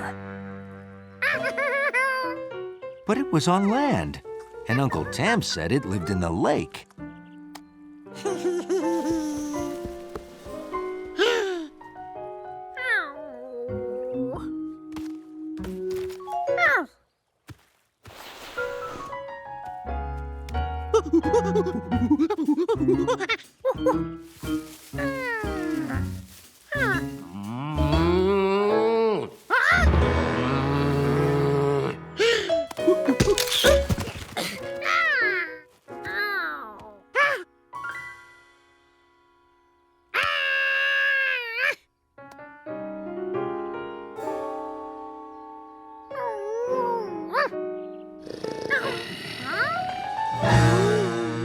How did the monster get there? Maybe the monster could fly.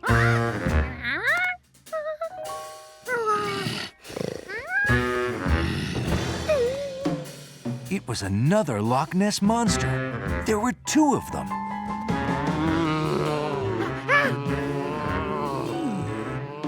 No, a whole family of monsters.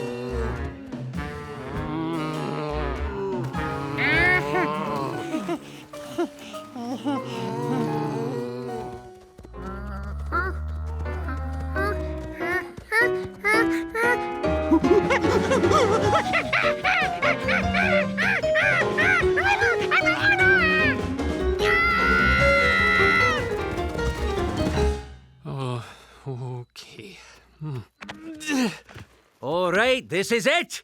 Don't be nervous, laddie. You can do it. Show these weaklings what we're made of. Right. Okay. Here goes.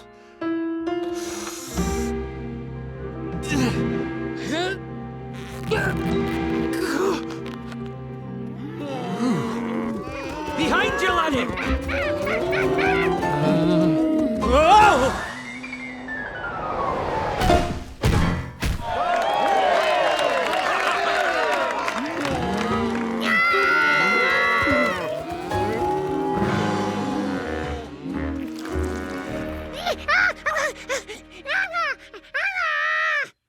Those are nae monsters, George. They're just cows. They're Scottish cows.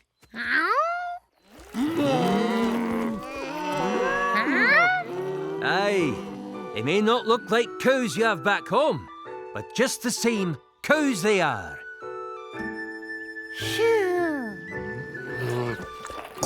It turned out there weren't just interesting clothes in Scotland, but interesting cows, too.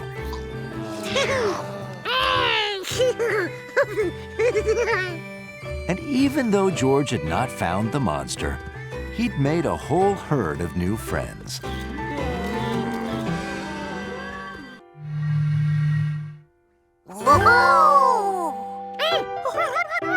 Here you go.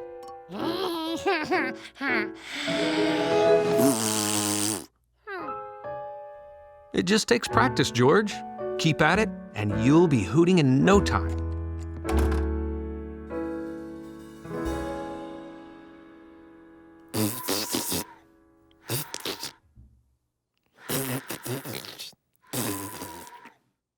George found that practicing took a lot of patience.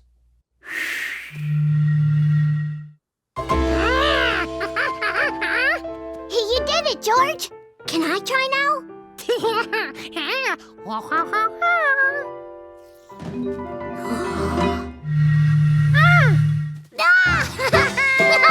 That's the greatest thing ever! You know what we need? Another jug!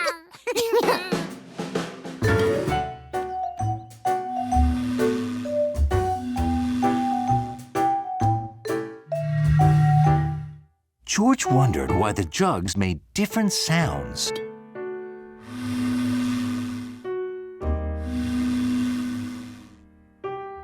Who played the jug didn't matter.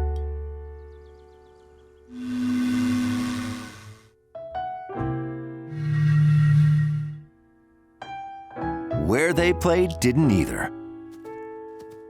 Maybe it was the size that changed the sound.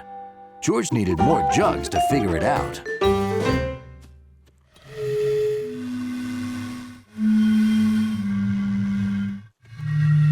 George was right. The size of the jugs made the difference. The small jugs made high tooting sounds. The big jugs made deep, low sounds. I thought you kids might be thirsty after working all day on whatever it is you're doing. Thanks, Grandma. Oh, you think these would work? Yep, they hoot all right.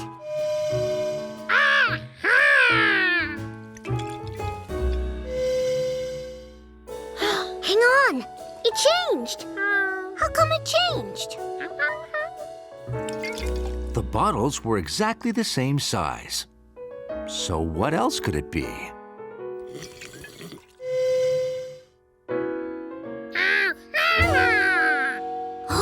The water!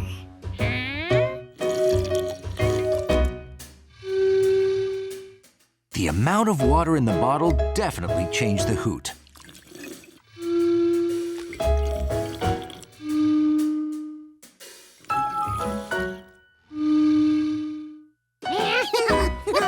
And without water, they hooted the same. Yeah, more water!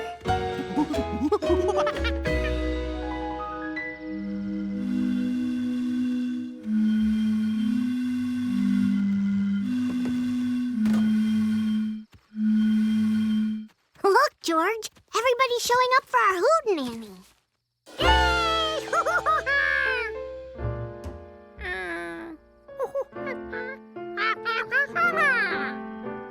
Yeah, they're not here. Grandma, when's the band coming? It isn't.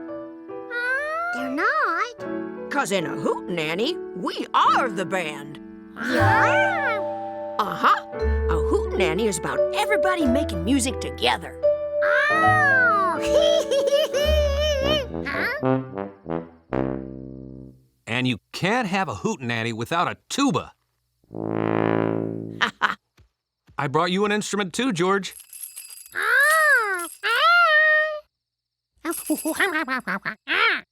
You want to play those instead? I can't wait to hear it.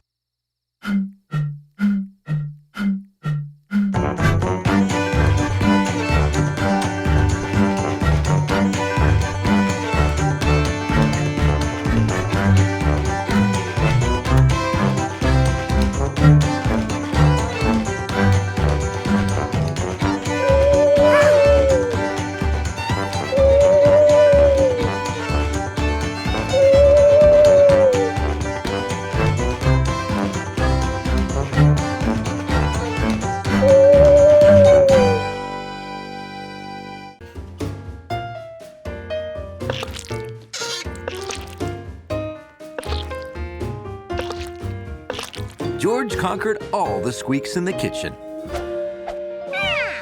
But he was pretty sure there were more hiding in the house.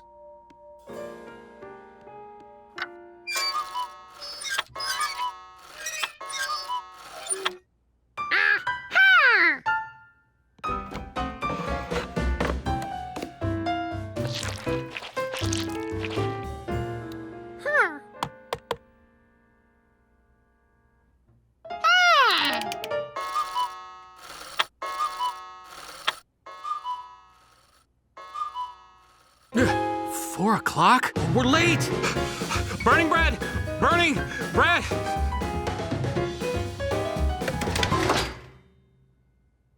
Huh? Not burning bread? It's only 3 o'clock?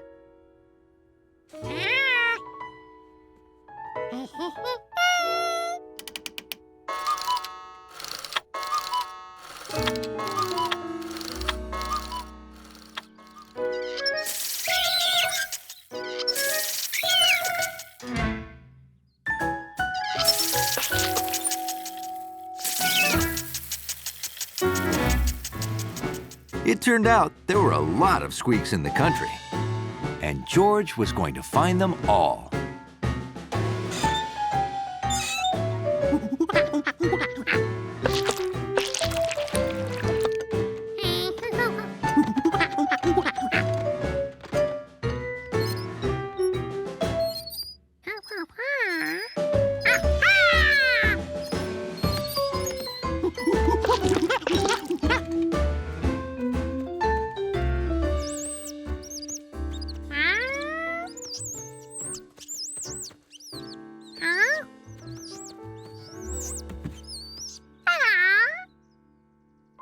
George found some squeaks couldn't be fixed with oil, but they could be fixed with cheese.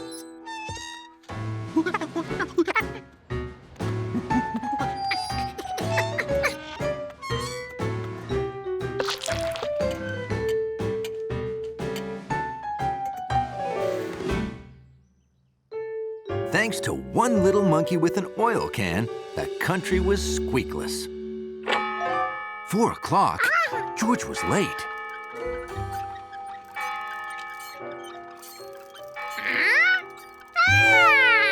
Maybe Bill could help. Oh, I'd love to give you a ride to the Rinkins, George, but I left my bike out in the rain, and now the gears barely want to move.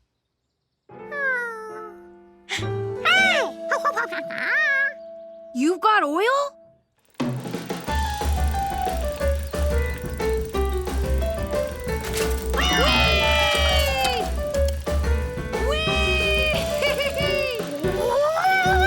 George, there you are. You two are just in time for some banana bread. Come on in. This must be the top secret banana bread I've been hearing so much about. Can't wait to taste it. Huh?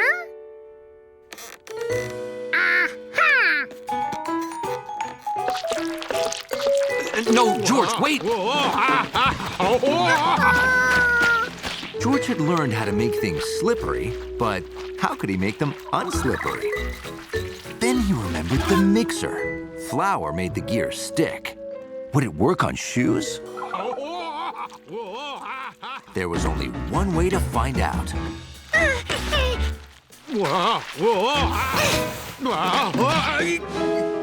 Whoa, that was pretty fast thinking, George. Save the day.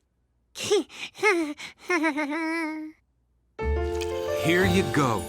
Grandpa Bernie's super secret banana bread. Don't wait. Dig in. Oh, that is... Oh, that is delicious. Do I taste almond butter? Uh-oh. I solemnly promise to never, ever tell the secret ingredient.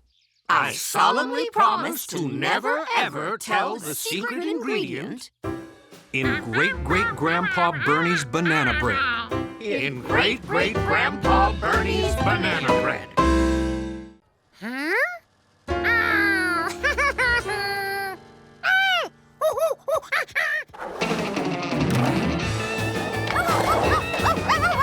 Way to go, doggy! Oh, hi, George. You want to take a run? Sure.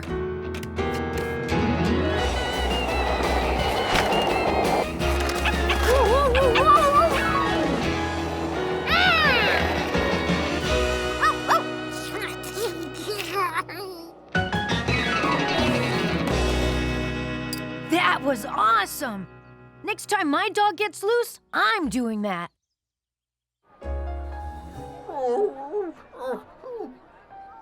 This wasn't right. Wiener dogs were built to be low to the ground.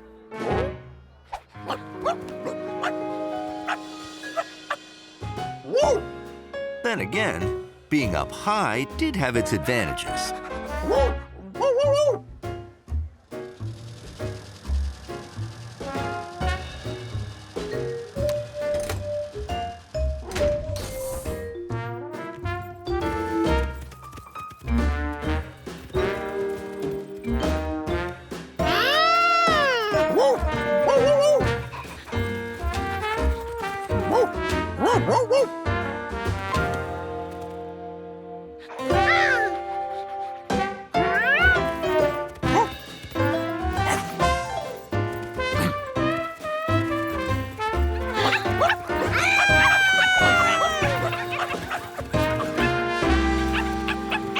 Hundley had to admit, catching that thing was fun, even if it didn't taste very good.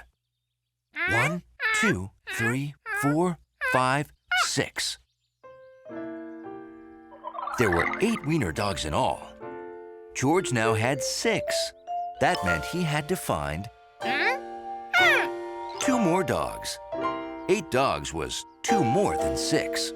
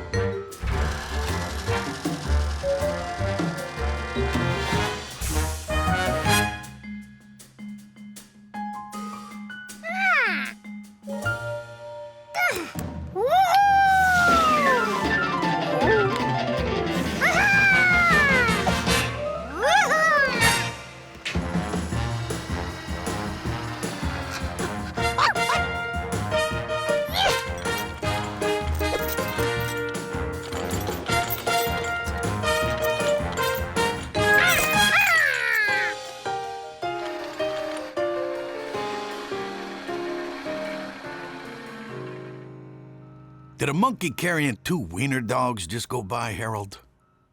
I think it's quitting time, Lloyd.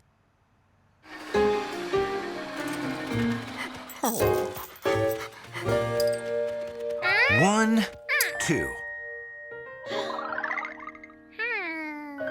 2 dogs plus 6 made 8. George had them all. But he still had to get them back home before the show. George? You guys brought my dogs to the theater for me? How kind.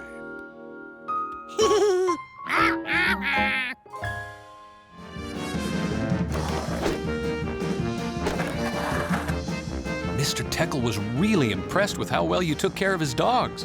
Yeah. He said when he comes to town next month, he wants you to look after his whole troop. All 36 of them.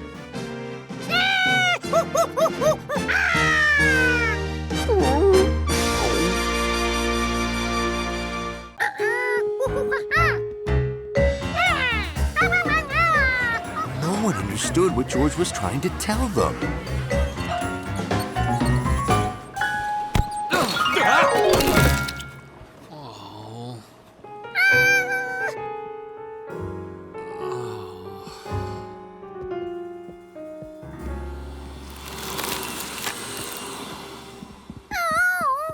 George needed to do more research.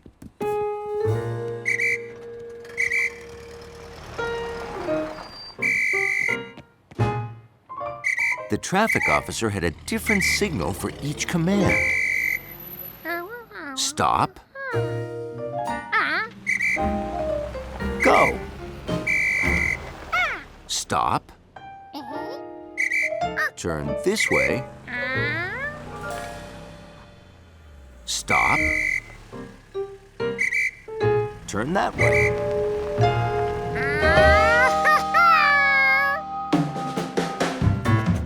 George had the signals. Now, he just needed to look the part.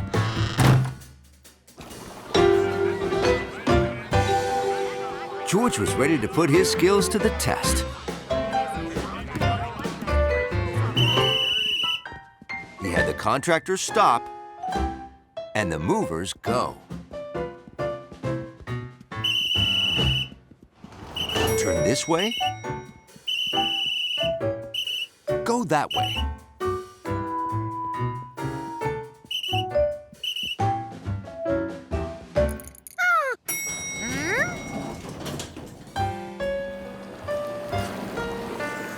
George needed the movers to go under the boards, but he didn't have a hand signal for that.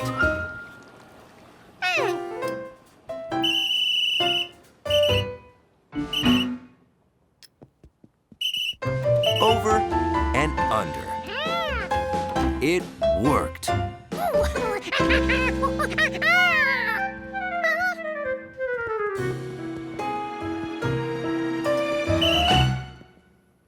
Bunny crossing! Florabelle! You are full of beans, you naughty little hopper!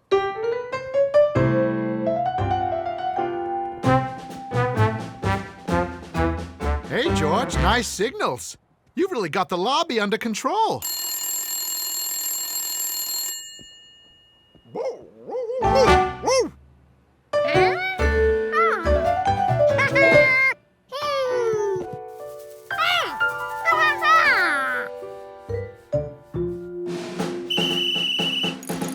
With George's help, the lobby traffic was all flowing smoothly.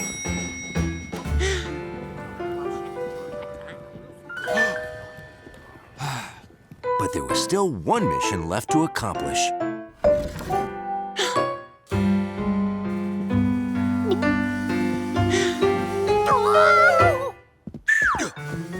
Whew. Close one.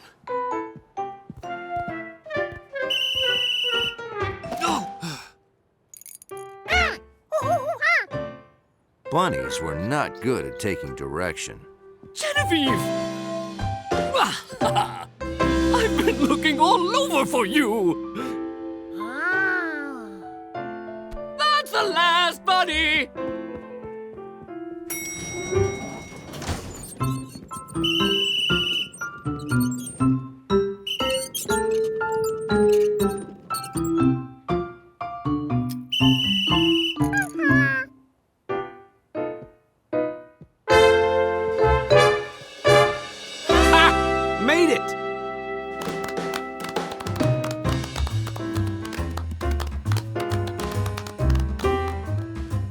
Good work, George.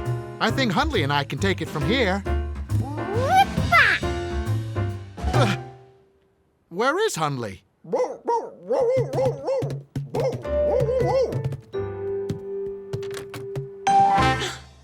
Huh?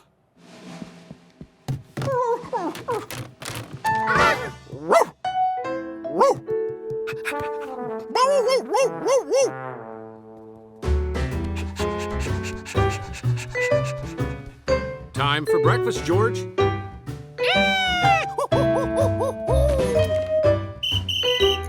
George had never worked so hard for breakfast, nor had so much fun.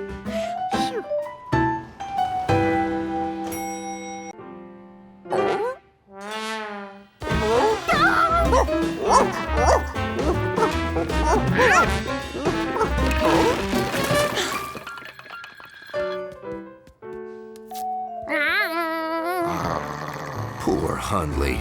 The mirror seemed to confuse him. Now, where's my sweet Hundley? It was Hundley's favorite tenant, Mrs. Parker. Are you ready to escort me? Hundley always escorted Mrs. Parker up a few stairs.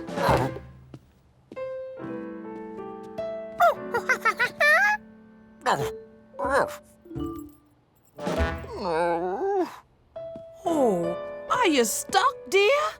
Well, don't worry. You can escort me some other time.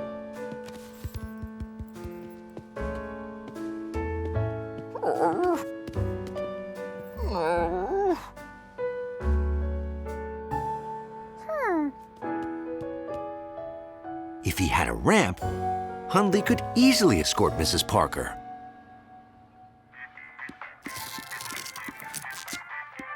Whew. Only one more box to go. Huh?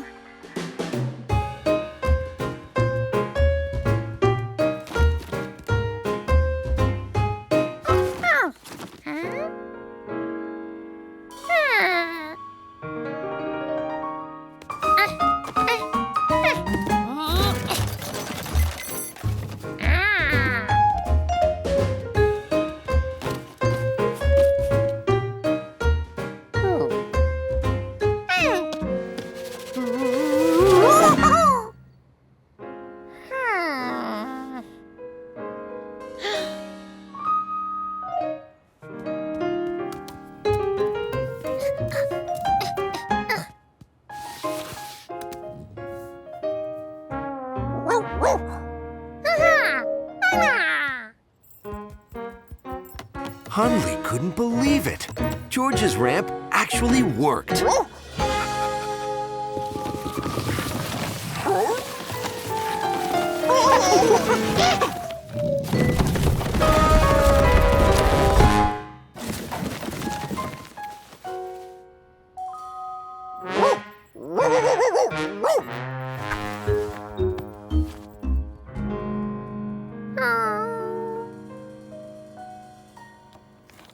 George felt sad. Hundley was so upset. And he had to wear that cone.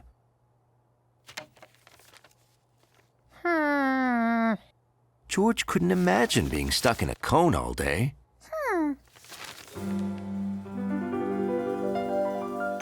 Or could he?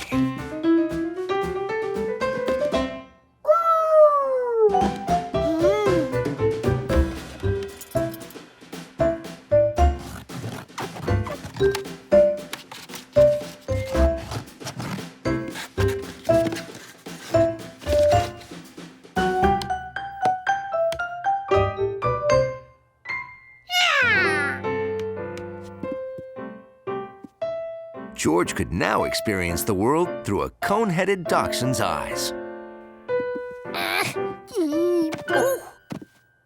It sure was hard to see.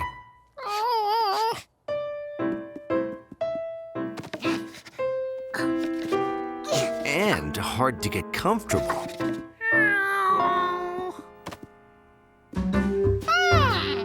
But he could show Hundley he knew how he felt.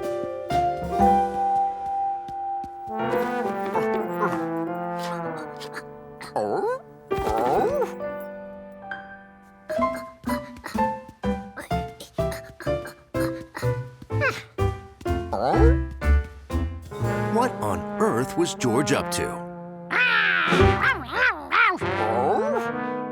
George had a cone so he could be like Hundley?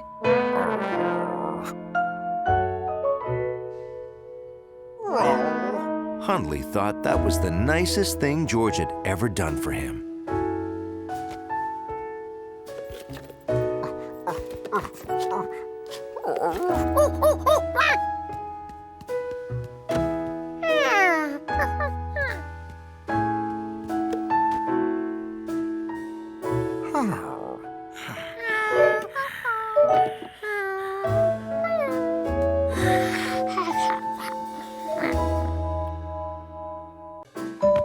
That night, George decided to rhino-proof his room. Surely these critters would protect him.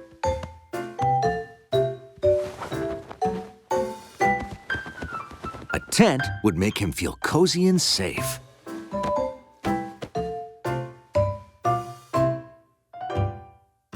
No dream rhino could get past all that.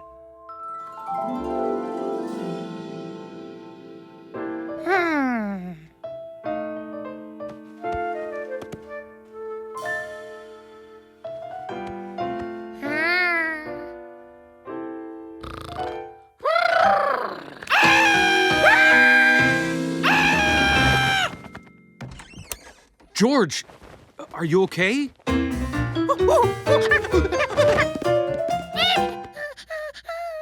That rhino again, huh? I think it's time we consult the experts. They'll know what to do about nightmares. Nightmares? No, we don't know what to do about those. George thought scientists knew everything. There's actually a lot we don't know about sleep. But we do know that your brain stays active during sleep.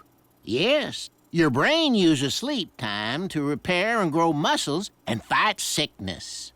And it makes up stories. Some of them can be scary. It's time for my afternoon nap. Want to see what my brain looks like when I'm dreaming? Yeah!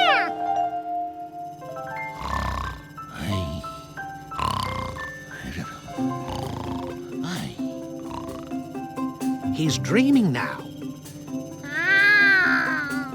Hey!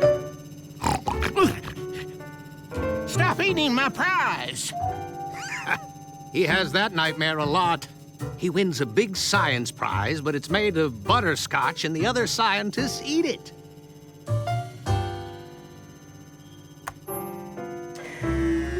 Huh? Oh, my. That was a doozy.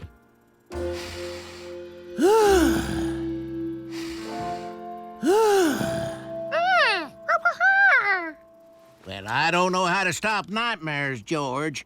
But when I wake up from one, I hug my pillow and take 2 deep breaths.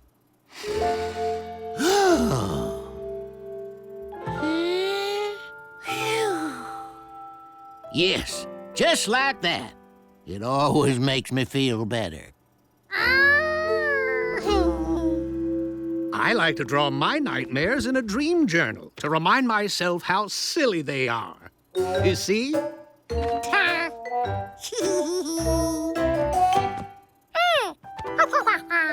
You want to draw your dreams too? Okay, we'll try that tonight.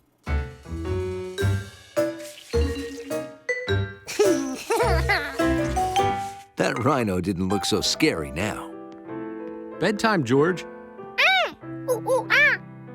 Is that the rhinoceros in your nightmare?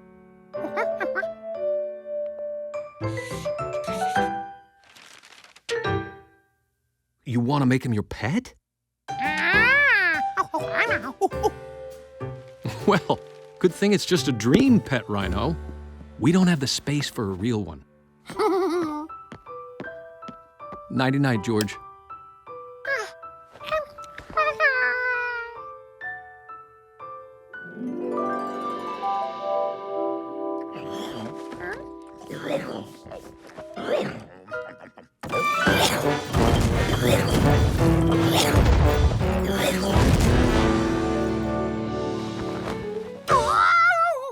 Everything okay, George? The rhino again, huh? You want me to sit with you?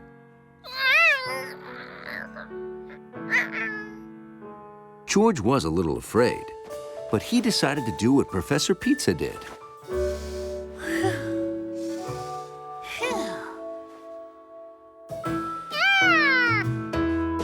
It worked. He did feel a little better.